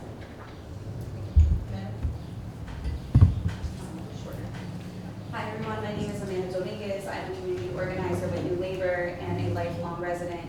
Being born and raised here, I am 36 years old. I'm here to continue the conversation that Reynaldo started about the people's demands and also add some more context to it. Today at New Labor, a woman whose husband was abducted by ICE from his car in New Brunswick 2 weeks ago came into the office with her 3 young children. We sat down and talked about what happened to her husband as their kids played on our floor. She told me how just before he was abducted, they had coffee together and talked about the day ahead. He then went to work, as he always did, only this time multiple ICE vehicles stopped his car. He was blocked in. He called his wife on the phone and put her on speaker, and she heard everything. They smashed 2 windows of his car.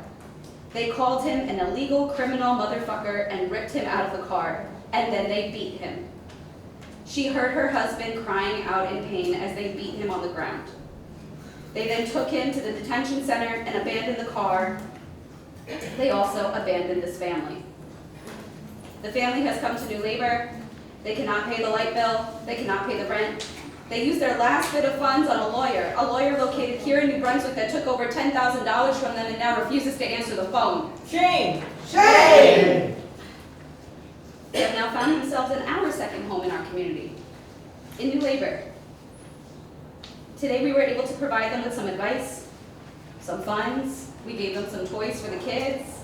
We were able to listen and offer some solidarity and understanding, and New Labor has done this for over 25 years here in New Brunswick and Newark and in Lakewood, but we started here in New Brunswick. New Labor has been a second home to many, for workers facing workplace abuses and wage theft, for parents facing poor treatment in healthcare centers and in public schools with their kids, for landlord-tenant issues, for a place just to learn, to connect, and just to exist in peace. Because it's so hard to find places where you can just exist in peace.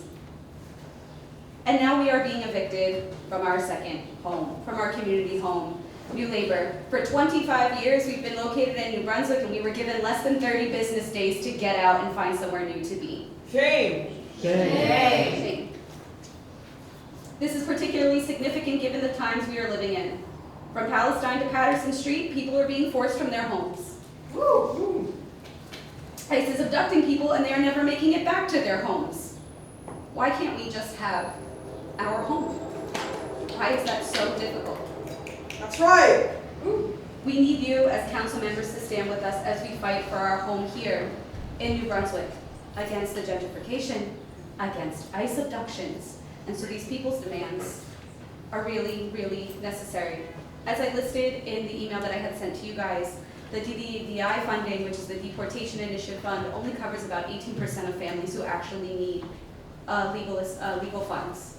So there is a big, big disparity in the amount of people who can actually access legal funds.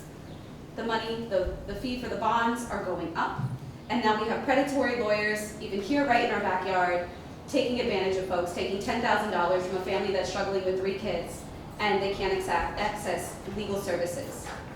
I think as a city we can do better. I think as a city we can provide some type of funding or some type of legal consultation for folks that is trustworthy and that isn't a scam. I think we can offer interpretation for folks so that people can voice their opinions about what's going on, as many of us were able to do easily tonight without on the fly kind of forcing people to interpret, right? And for those of you who might say, well, this is expensive, right? She's asking for money. I would say that it's going to be more cost effective if we give people the legal resources now and some funds now to bring the breadwinner home than to then have people later on without the breadwinner looking for other resources in our city. Right? We'd like everyone to be together and working and contributing to the city as a whole. I'd also like to bring up, I think that the policy here needs to change, that you don't give an organization who's been here 25 years, less than 30 business days, to get out and find a new home just because everyone's friends with Devco and loves the helix that's being built. Woo! Woo! I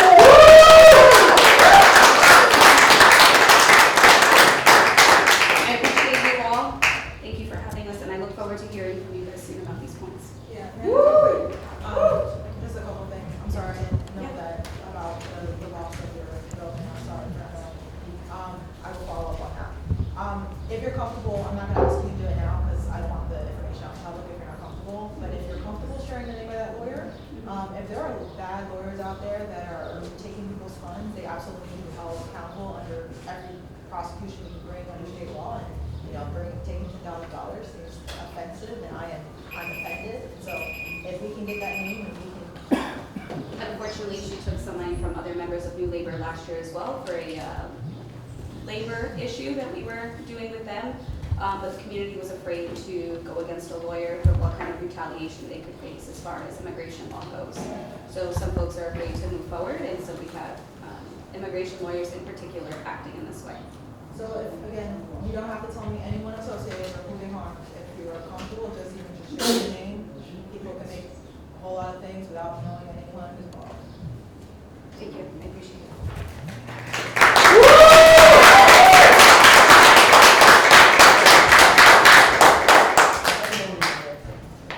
Hello, I'm a senior at New Brunswick High School. I'm not gonna ask how can we stop these people getting assaulted by ICE. I already got my answers because it looks like you guys don't care. Maybe unless it happened to you, maybe you would care. I guess you have to see that. And another question. I know you guys are not going to admit that Deborah Terrell was murdered by police. Can you guys agree that there are violences going on at the public schools here? And also, when you say affordability, please, I feel like you're lying to my face because I have a family member that owns 2 houses, one in New Brunswick, one in Franklin. The one in Franklin has 5 bedrooms and like three baths, and that's less expensive than an apartment here that has like 2 bedrooms and 1 bath. So please don't lie and actually do something about it. That's right. Yeah, and where is our mayor? Sometimes I feel like I don't even have a mayor. Sometimes I even forget that he has a name. I don't even know his name. I always gotta ask someone, oh, who is our mayor again? I don't know him. I never met him. He never reaches out to the community. He never comes out to public events unless he's there for photo shoots or for other major politicians that will be in attendance just to make it look good. I hope you guys can answer my question. And also, if you really care about the people here, every council member, even the ones that were not here, I sent you guys an email. Please reply. I'll be sending you guys another email. But yeah, I think you guys just check your emails. It's a life skill. So that's all I want to say. But thank you.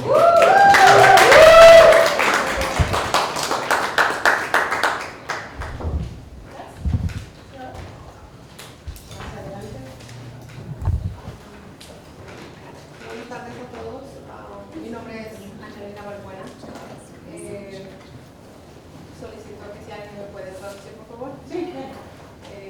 Bueno, yo vengo a hablar acerca de 53 Patterson Street, acerca de los pequeños negocios que tenemos ahí. Yo soy dueña de uno. Señora, del micrófono. Quisiera saber si qué va a pasar con eso, porque entiendo que van a tirar todo y no sé qué va a pasar con los negocios o los que estamos ahí. ¿Usted también recibió una notificación de que tiene que desalojar? No. ¿No? Ok. So simplemente está preguntando por si acaso, ¿verdad? So, my name is Angelina Balbuena. She owns a small business at 53 Patterson Street. And she, based on the experience that was going on at 55 Patterson, and rumors that she's hearing, she wants to make sure, she wants to find out what's gonna happen to 53 Patterson. She's gonna be I asked her if she received an eviction notice, she said no, but she's still worried as a local business woman of what's gonna happen to her business in the area. Señora, sí. Tenía otra preocupación. Yo vivo en Brunswick también y bueno, he visto que año con año el agua ha subido bastante y realmente no entiendo cómo alguien podría ayudarnos.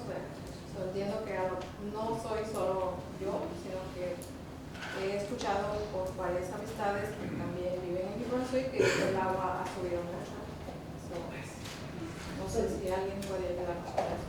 Quizás después de si nos da la información de usted, que podemos comunicarnos con usted y explicarle eso. Alguien del departamento de agua le puede llamar y explicar. The other things, I live in Brunswick, and one concern that I have, like year last year, I had noticed that the water bill is getting higher, it's going up. So, not just for her, but for the people that she knows in the community that are concerned about the rates, right, going up. And she would like to know why. So I told her that she give us the information, somebody from the water department will contact her and give her this information. And we'll talk to her about that. So si no fuera su...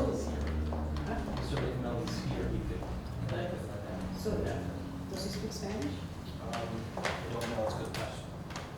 So, denos por favor el número, Madam City Clerk, if you could real quick get her nombre. Ella le va a tomar su información dentro de un momentico y para eso nosotros podemos comunicar con usted. ¿Ok? Muchas gracias. Es todo. Gracias. Gracias.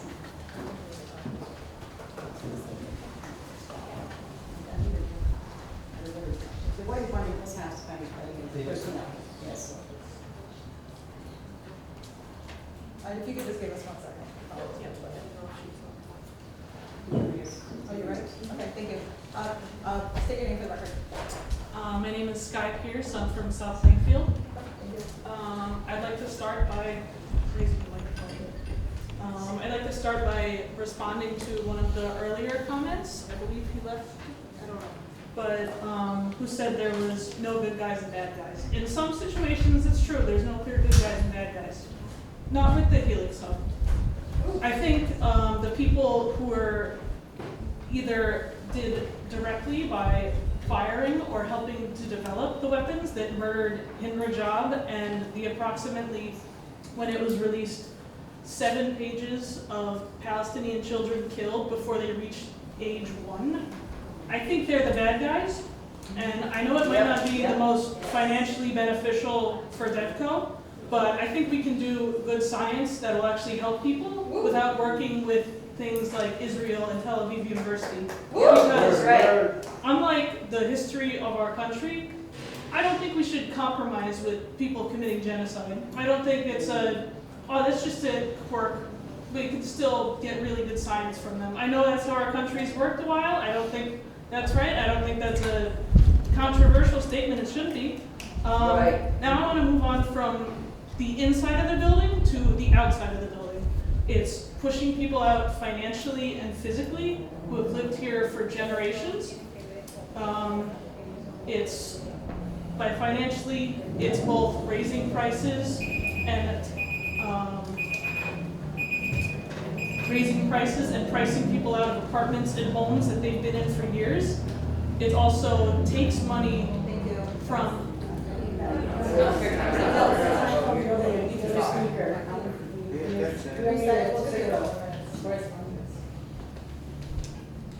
So it also takes money from the city budget that could be going to, and it's investing it in luxury apartments that, real talk, are probably going to be like 20% full at some point. They're just going to be sitting there. And use that money and instead of maybe expanding Code Blue or even putting a women's homeless shelter. I know that's a crazy idea, but I feel like we could use the money for that instead of just random apartments that are gonna have like, it'll be good for like a magazine picture, and then no one's gonna live in it ever. And I wanted to end by talking about, someone said it really early, I forget where, it might have been in the letter, about how the city skyline improving reflects the overall quality of the city. And I think that's true, but in reverse. It's been often the case in cities across America, particularly in cities with high populations of people of color, that when big buildings go up, the quality of life for the most vulnerable people and the people that have lived there their entire lives goes down. And my mayor shows up at my city council meetings, there's pictures.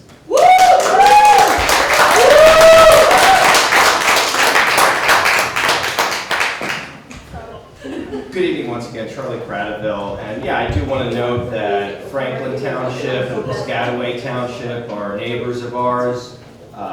They're both governed by the Faulkner Act, and their mayors attend the council meetings. Right, so Mr. Shammy's shaking his head. The truth is Franklin is a council manager form under the Faulkner Act, but Piscataway is a mayor-council form of government, the same form of government we have here. Sits on the council. I'm sorry. I'm just noting, there's an example, you just have to go across the river. Right, so Mr. Shammy's comments were misleading, and the reality is, there's nothing stopping our mayor. Can I have the floor? Sorry. Okay.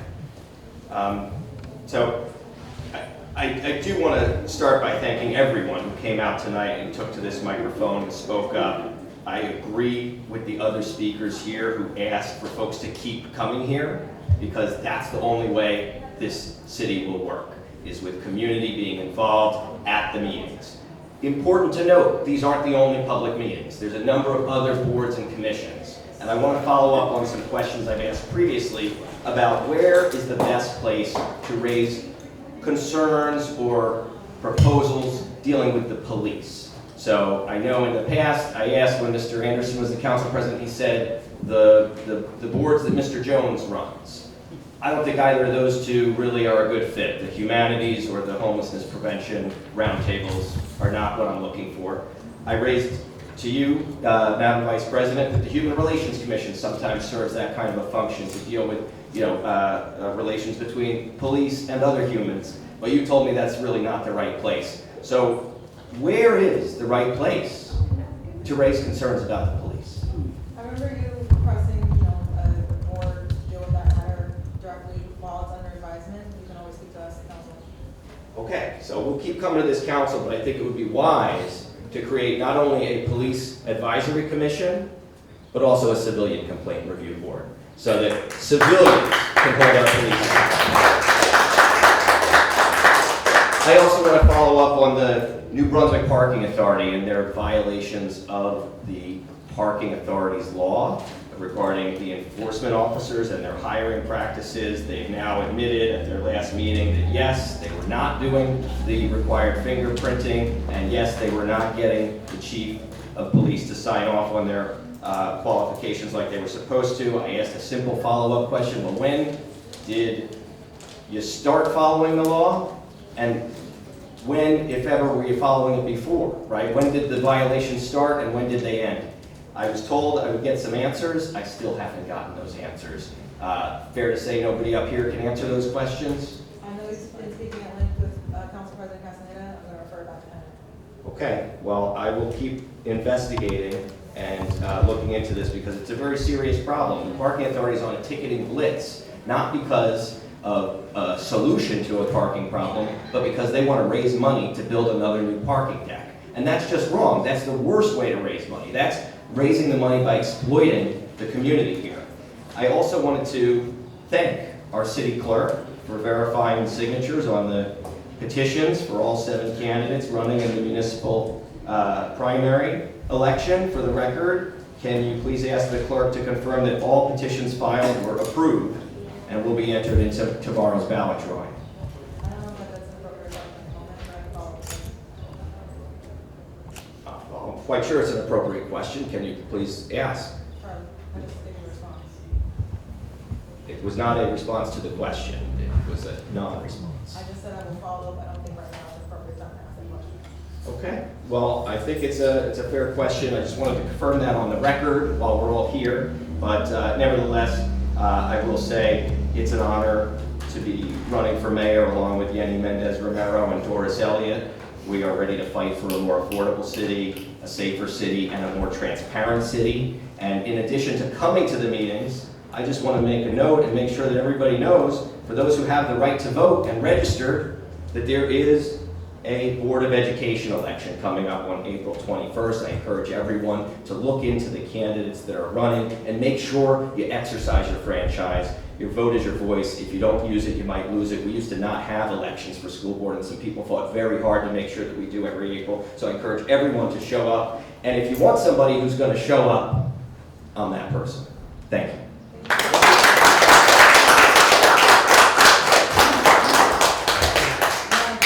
Can we have before the next speaker, can Mr. Shami explain, again, the difference, it was brought up about this category, the different forms of government, just for the record, I just want to make sure that there's an opportunity.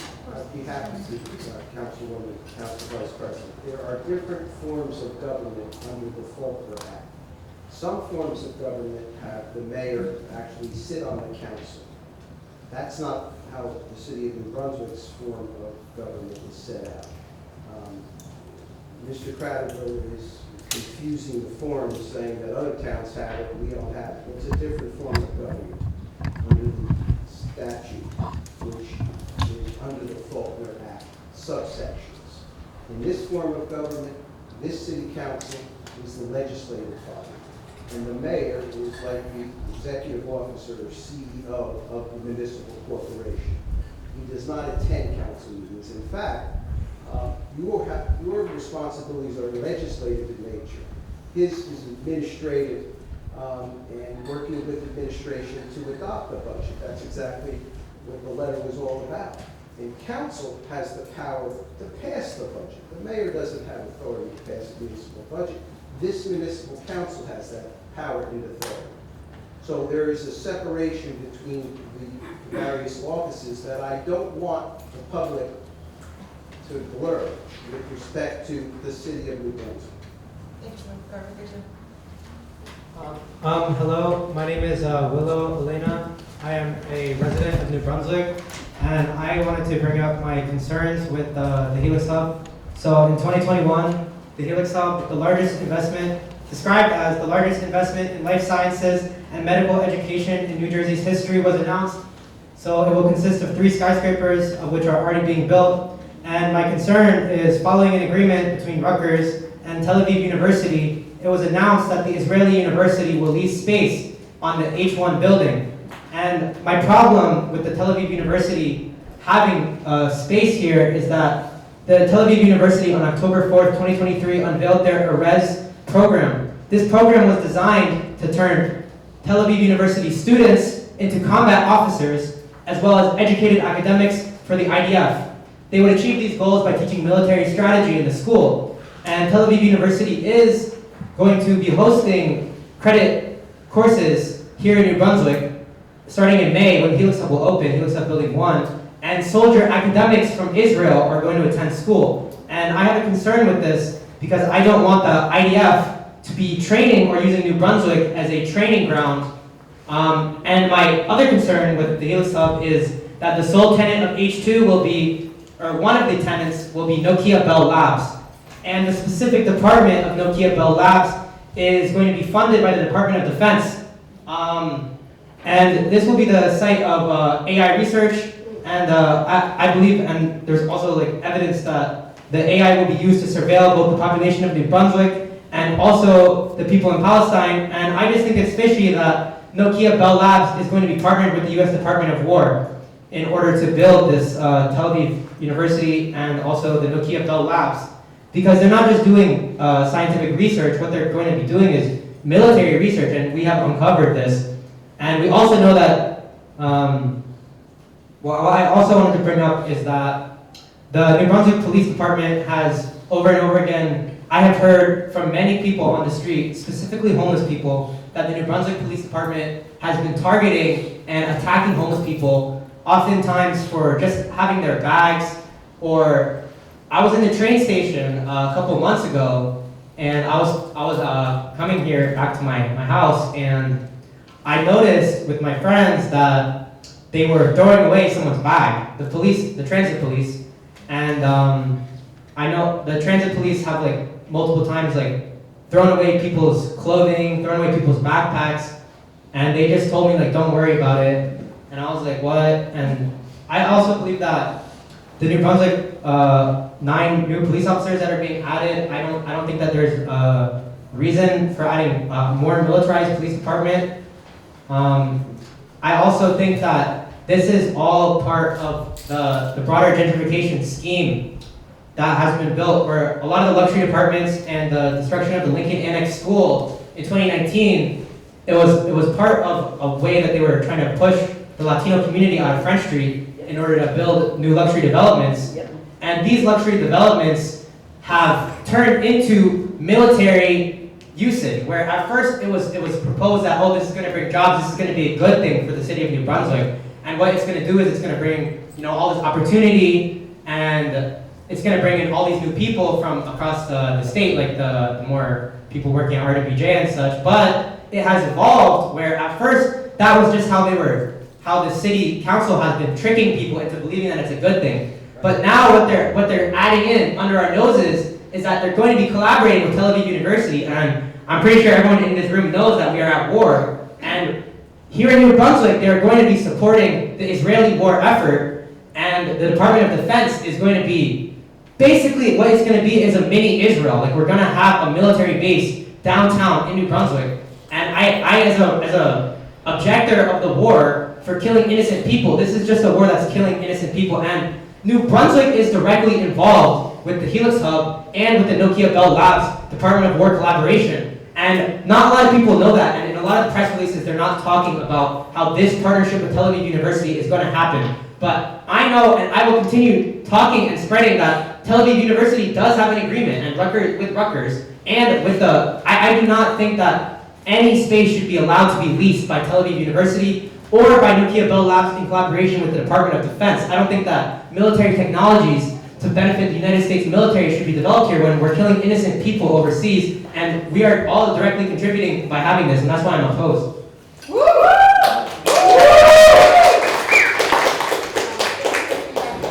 second for the next speaker. Share a lot of information, a lot of digest, but I just want to make very clear, I hope I didn't misunderstand it, there's not going to be any type of military base or military. Not military base, but a partnership with the Department of Defense or the Department of War with Nokia Bell Labs. It's not a direct military base. Thank you.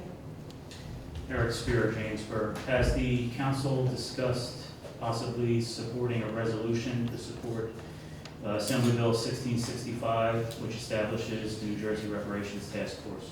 I am ethically barred on speaking on resolutions that refer to legislative pieces because of my work in the New Jersey Senate. But if you give information to the council, I'm sure that's again their advisement. I know that President Castaneda was working on it, trying to see if there was a consensus in the council. Okay, So are you? follow up. So I'm just curious, would you know if a decision will be made by next meeting? I'm not saying to tell you exactly when. He's out of the country, when he gets back, I'm sure that I'll follow up with that. It's 3 meetings, it's a month. I appreciate your response. I would hope that a discussion can be had within the next couple of weeks. We'll follow up and see if there's any consensus among the council. Thank you, ma'am.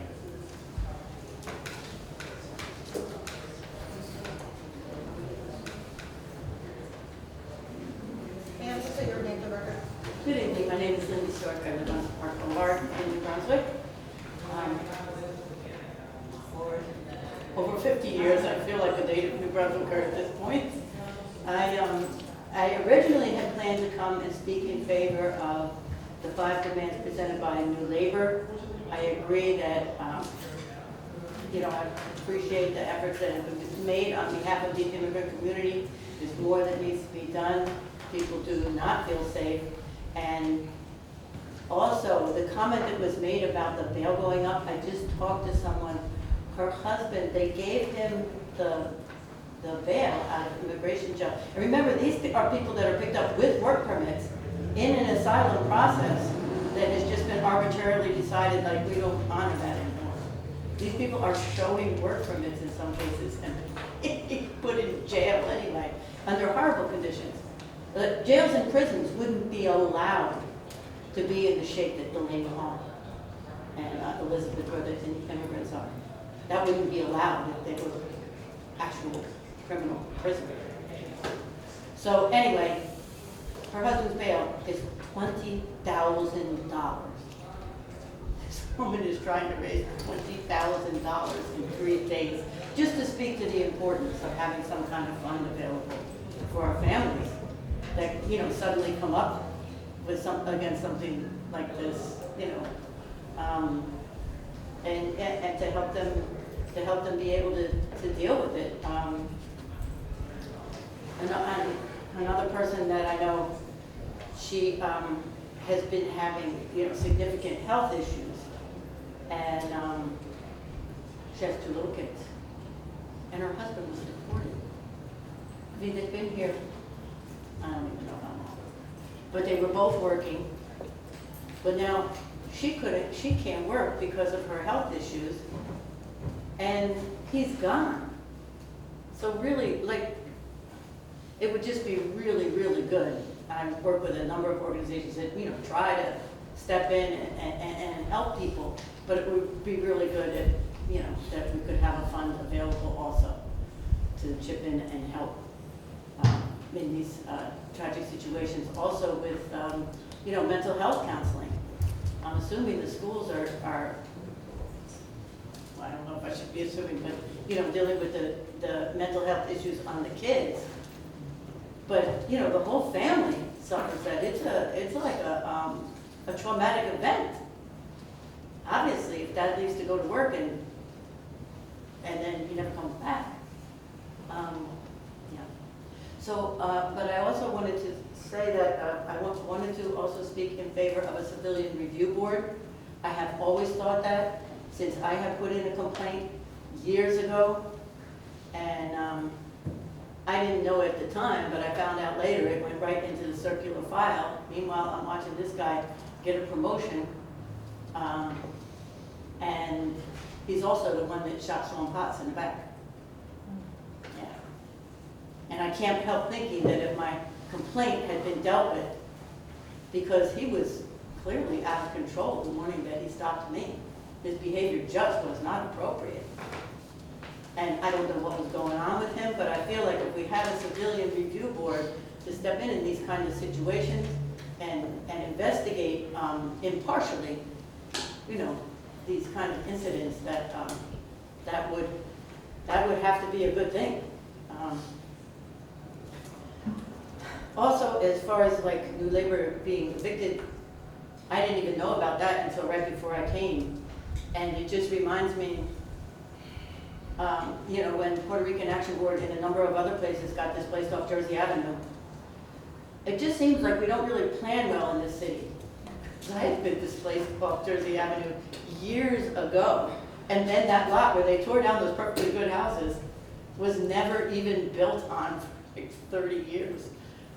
But anyway, that's neither here nor there. All those the small businesses and the Puerto Rican Action Board, and I don't know what happened to the small businesses, although I talked to some of the people, they were not happy. One of them, I think, just went out of business because he said it was impossible in the amount of time to move everything. But Puerto Rican Action Board wound up in East Brunswick. But how is that helpful to our community? I hope that New Labor is able to come to find something, you know, right here downtown, because that's what we need, something in the community. They have helped so many people, and I'd love to see them able to continue to do that. Thank you. I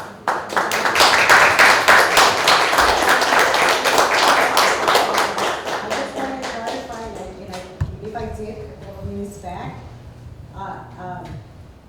The Puerto Rican Action Board was not displaced, and I know I was a board member, I've been very involved with them, even though I was not when this happened. The Puerto Rican Action Board was not displaced. The Puerto Rican Action Board of Directors decided that they were not able to continue, that they needed a better space. The building where they were at, it was expensive to continue taking care of it, okay? So and I know that there was no approach from them to the city to try to help or trying to find a space that it was suitable for them, and their board of directors decided to move to East Brunswick. I was opposed to that when I heard, because I thought that they needed to stay here. So it was a decision of the agency. The city didn't have anything to do with that decision.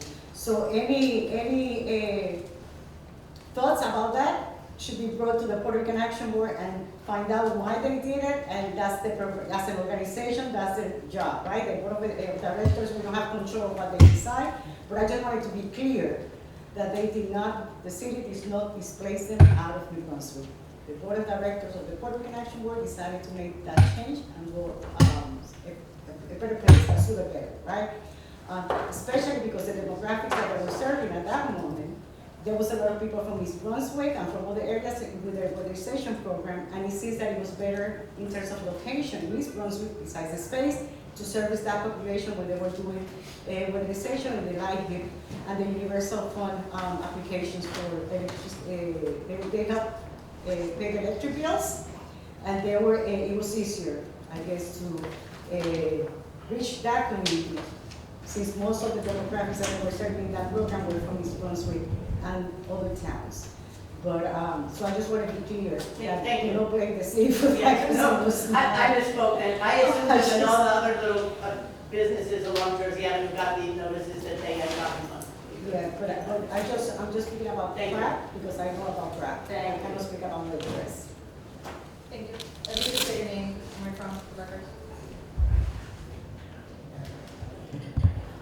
Hi, good evening. My name is Elizabeth Saccone. I live at 52 Welton Street in New Brunswick. I've owned the home for 25 years. I've lived there for 36. I've been in New Brunswick since the 80s. I attended Rutgers. I worked at Rutgers. My home is on the National Register of Historic Places. I write every single post for the New Brunswick Historical Society every single day. I literally love living here. You wouldn't do all that stuff if you didn't love New Brunswick. But what I don't love is kind of how things are being managed these days.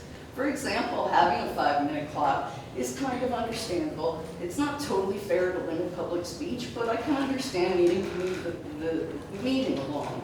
However, when people ask questions and the questions are being answered, the clock should be stopped during the answer phase or the discussion phase, because it's not fair to cut into my time if you're talking.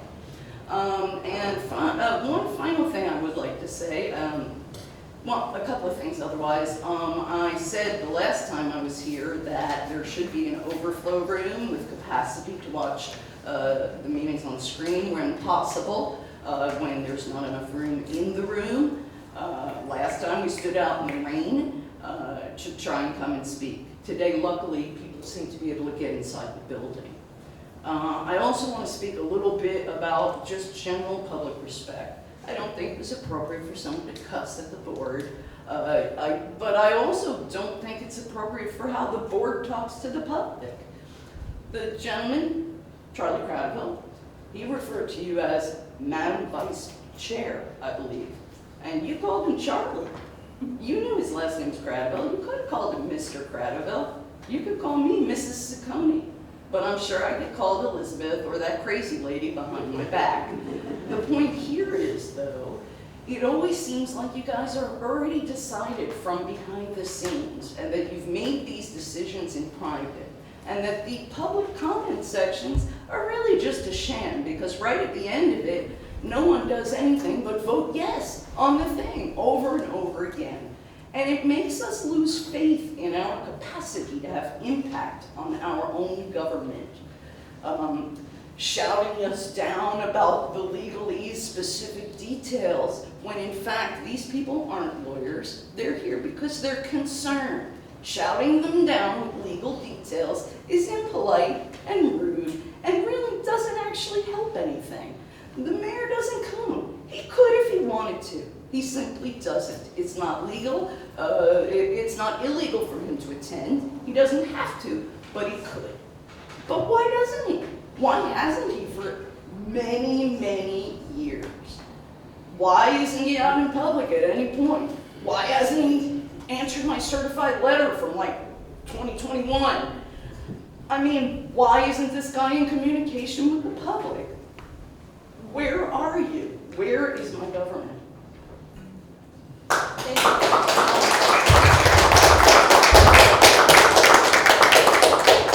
I would like to just respond on one piece of that, which is my reference of Charlie's first name. I'm gonna be honest, I'm a millennial, and I sometimes don't love the formality of politics. I like to be a little more personable, that's kind of my thing.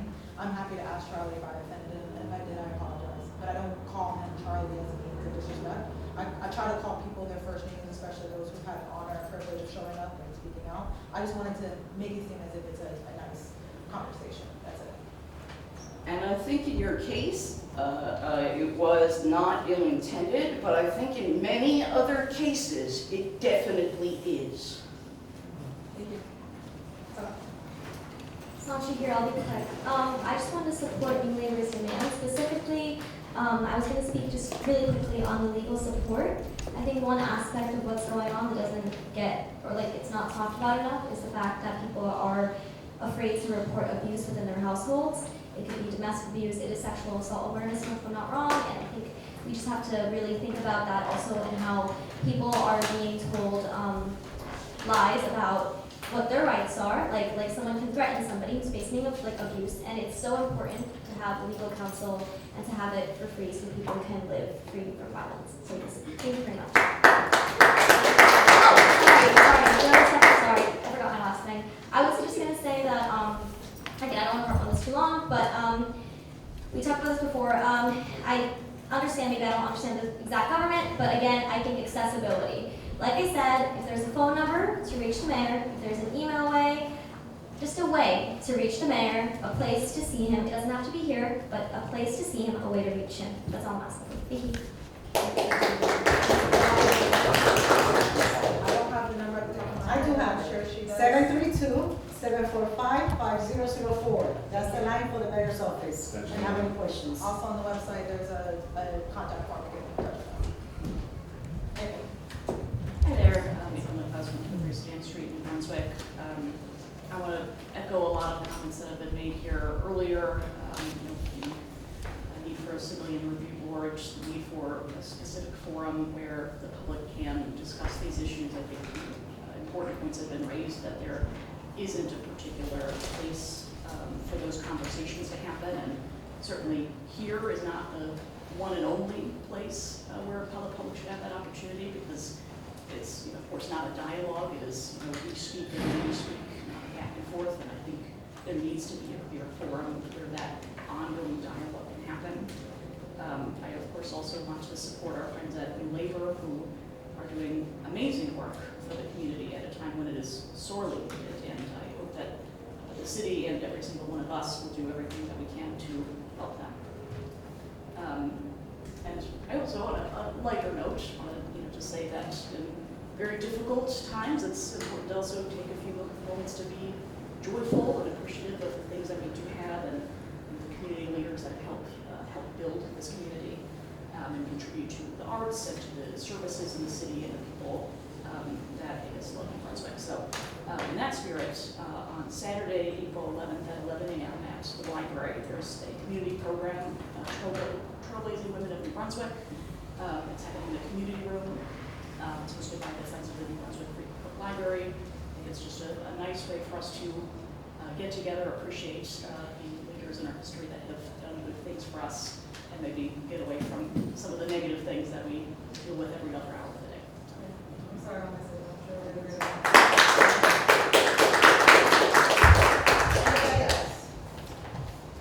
Okay.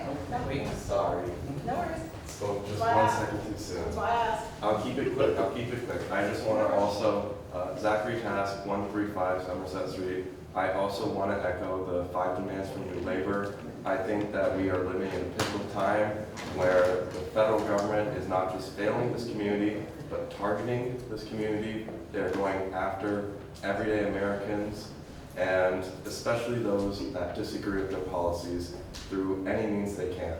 So in a time when the federal government is failing us, it is on local municipalities to step up and protect their citizens. And that's what I'm asking you to do today. Thank you.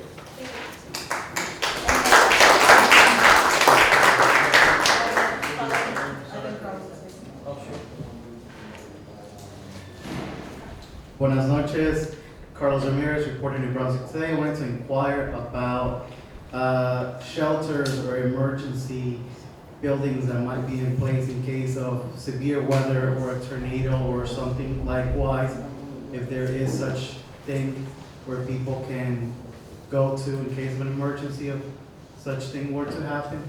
Off the top of my head, no, I think that the city has, when there's an emergency such as a tornado or something like later, the schools have been, there's some schools that have been designated as shelters, right? That's correct, the emergency operation plan, we Yeah. nominate that, yes. Yes. And it would behoove residents to sign up to receive the text by Nixle, Nixle, because they will get a text in the event of an emergency like that with further instructions. We have done it, on a temporary basis for families that have a fire in their house, right? That has been big. A lot of family, in order before they could, the Red Cross and everybody else, they have been placed at Los Sterling many times, or at the teen center. They have been other challenges. When we have the flooding, right? Families were there for a few weeks. I remember at Los Sterling, I believe also. So there is shelter, like Mr. Julie says, in case of an emergency, there's a plan and places where the community, the residents will go and be safe. If we could get a list of that, I just bring it up out of curiosity from bad weather, but reality is that, we're also on the coast, very accessible to everything's going on internationally, and what the options would be if a scenario were to come through and you needed to seek shelter immediately. Now, my other request, I think it's something that has been asked. This is a small room intended for residents and people who have business or inquiries and want to share their opinions, whether they're positive feedback, negative feedback, whatever it is. We need something, and I've brought up many ideas for an overflow situation where having screens maybe down or outside, or a different monitor that can be put out there with speakers or access through Zoom, and things like that, or dial in by telephone or sending a written card. Likewise, Edison, StreamSafe for television. They also have connections for the press, so they can connect their audio systems. Now, I'm not sure if the devices they have on your table are recording internally or are microphones, what exactly they are, but we can only hear you because of your echo, but not because you have a microphone, or we can hear you from the speakers, and that is tough when other people are also chanting for others or hyping them up or whatever the situation might be. So it's hard sometimes to hear what you're saying, and I know you had also mentioned maybe providing Spanish interpretation. I think that'll be pretty cool. I don't believe we've had somebody yet that might need it sign language, but I think that will also be something cool to add or publicize if somebody with the intent to participate in this council can also send a request out so the city can provide that as well. So I hope we can work on those things. Thank you. Thank you.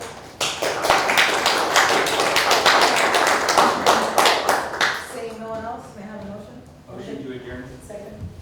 Councilmember Anderson, Yes. Councilmember Escobar, Yes. Councilmember Ferguson. Yes. Council Vice President Gaskin. Thank you all for your feedback tonight. Yes.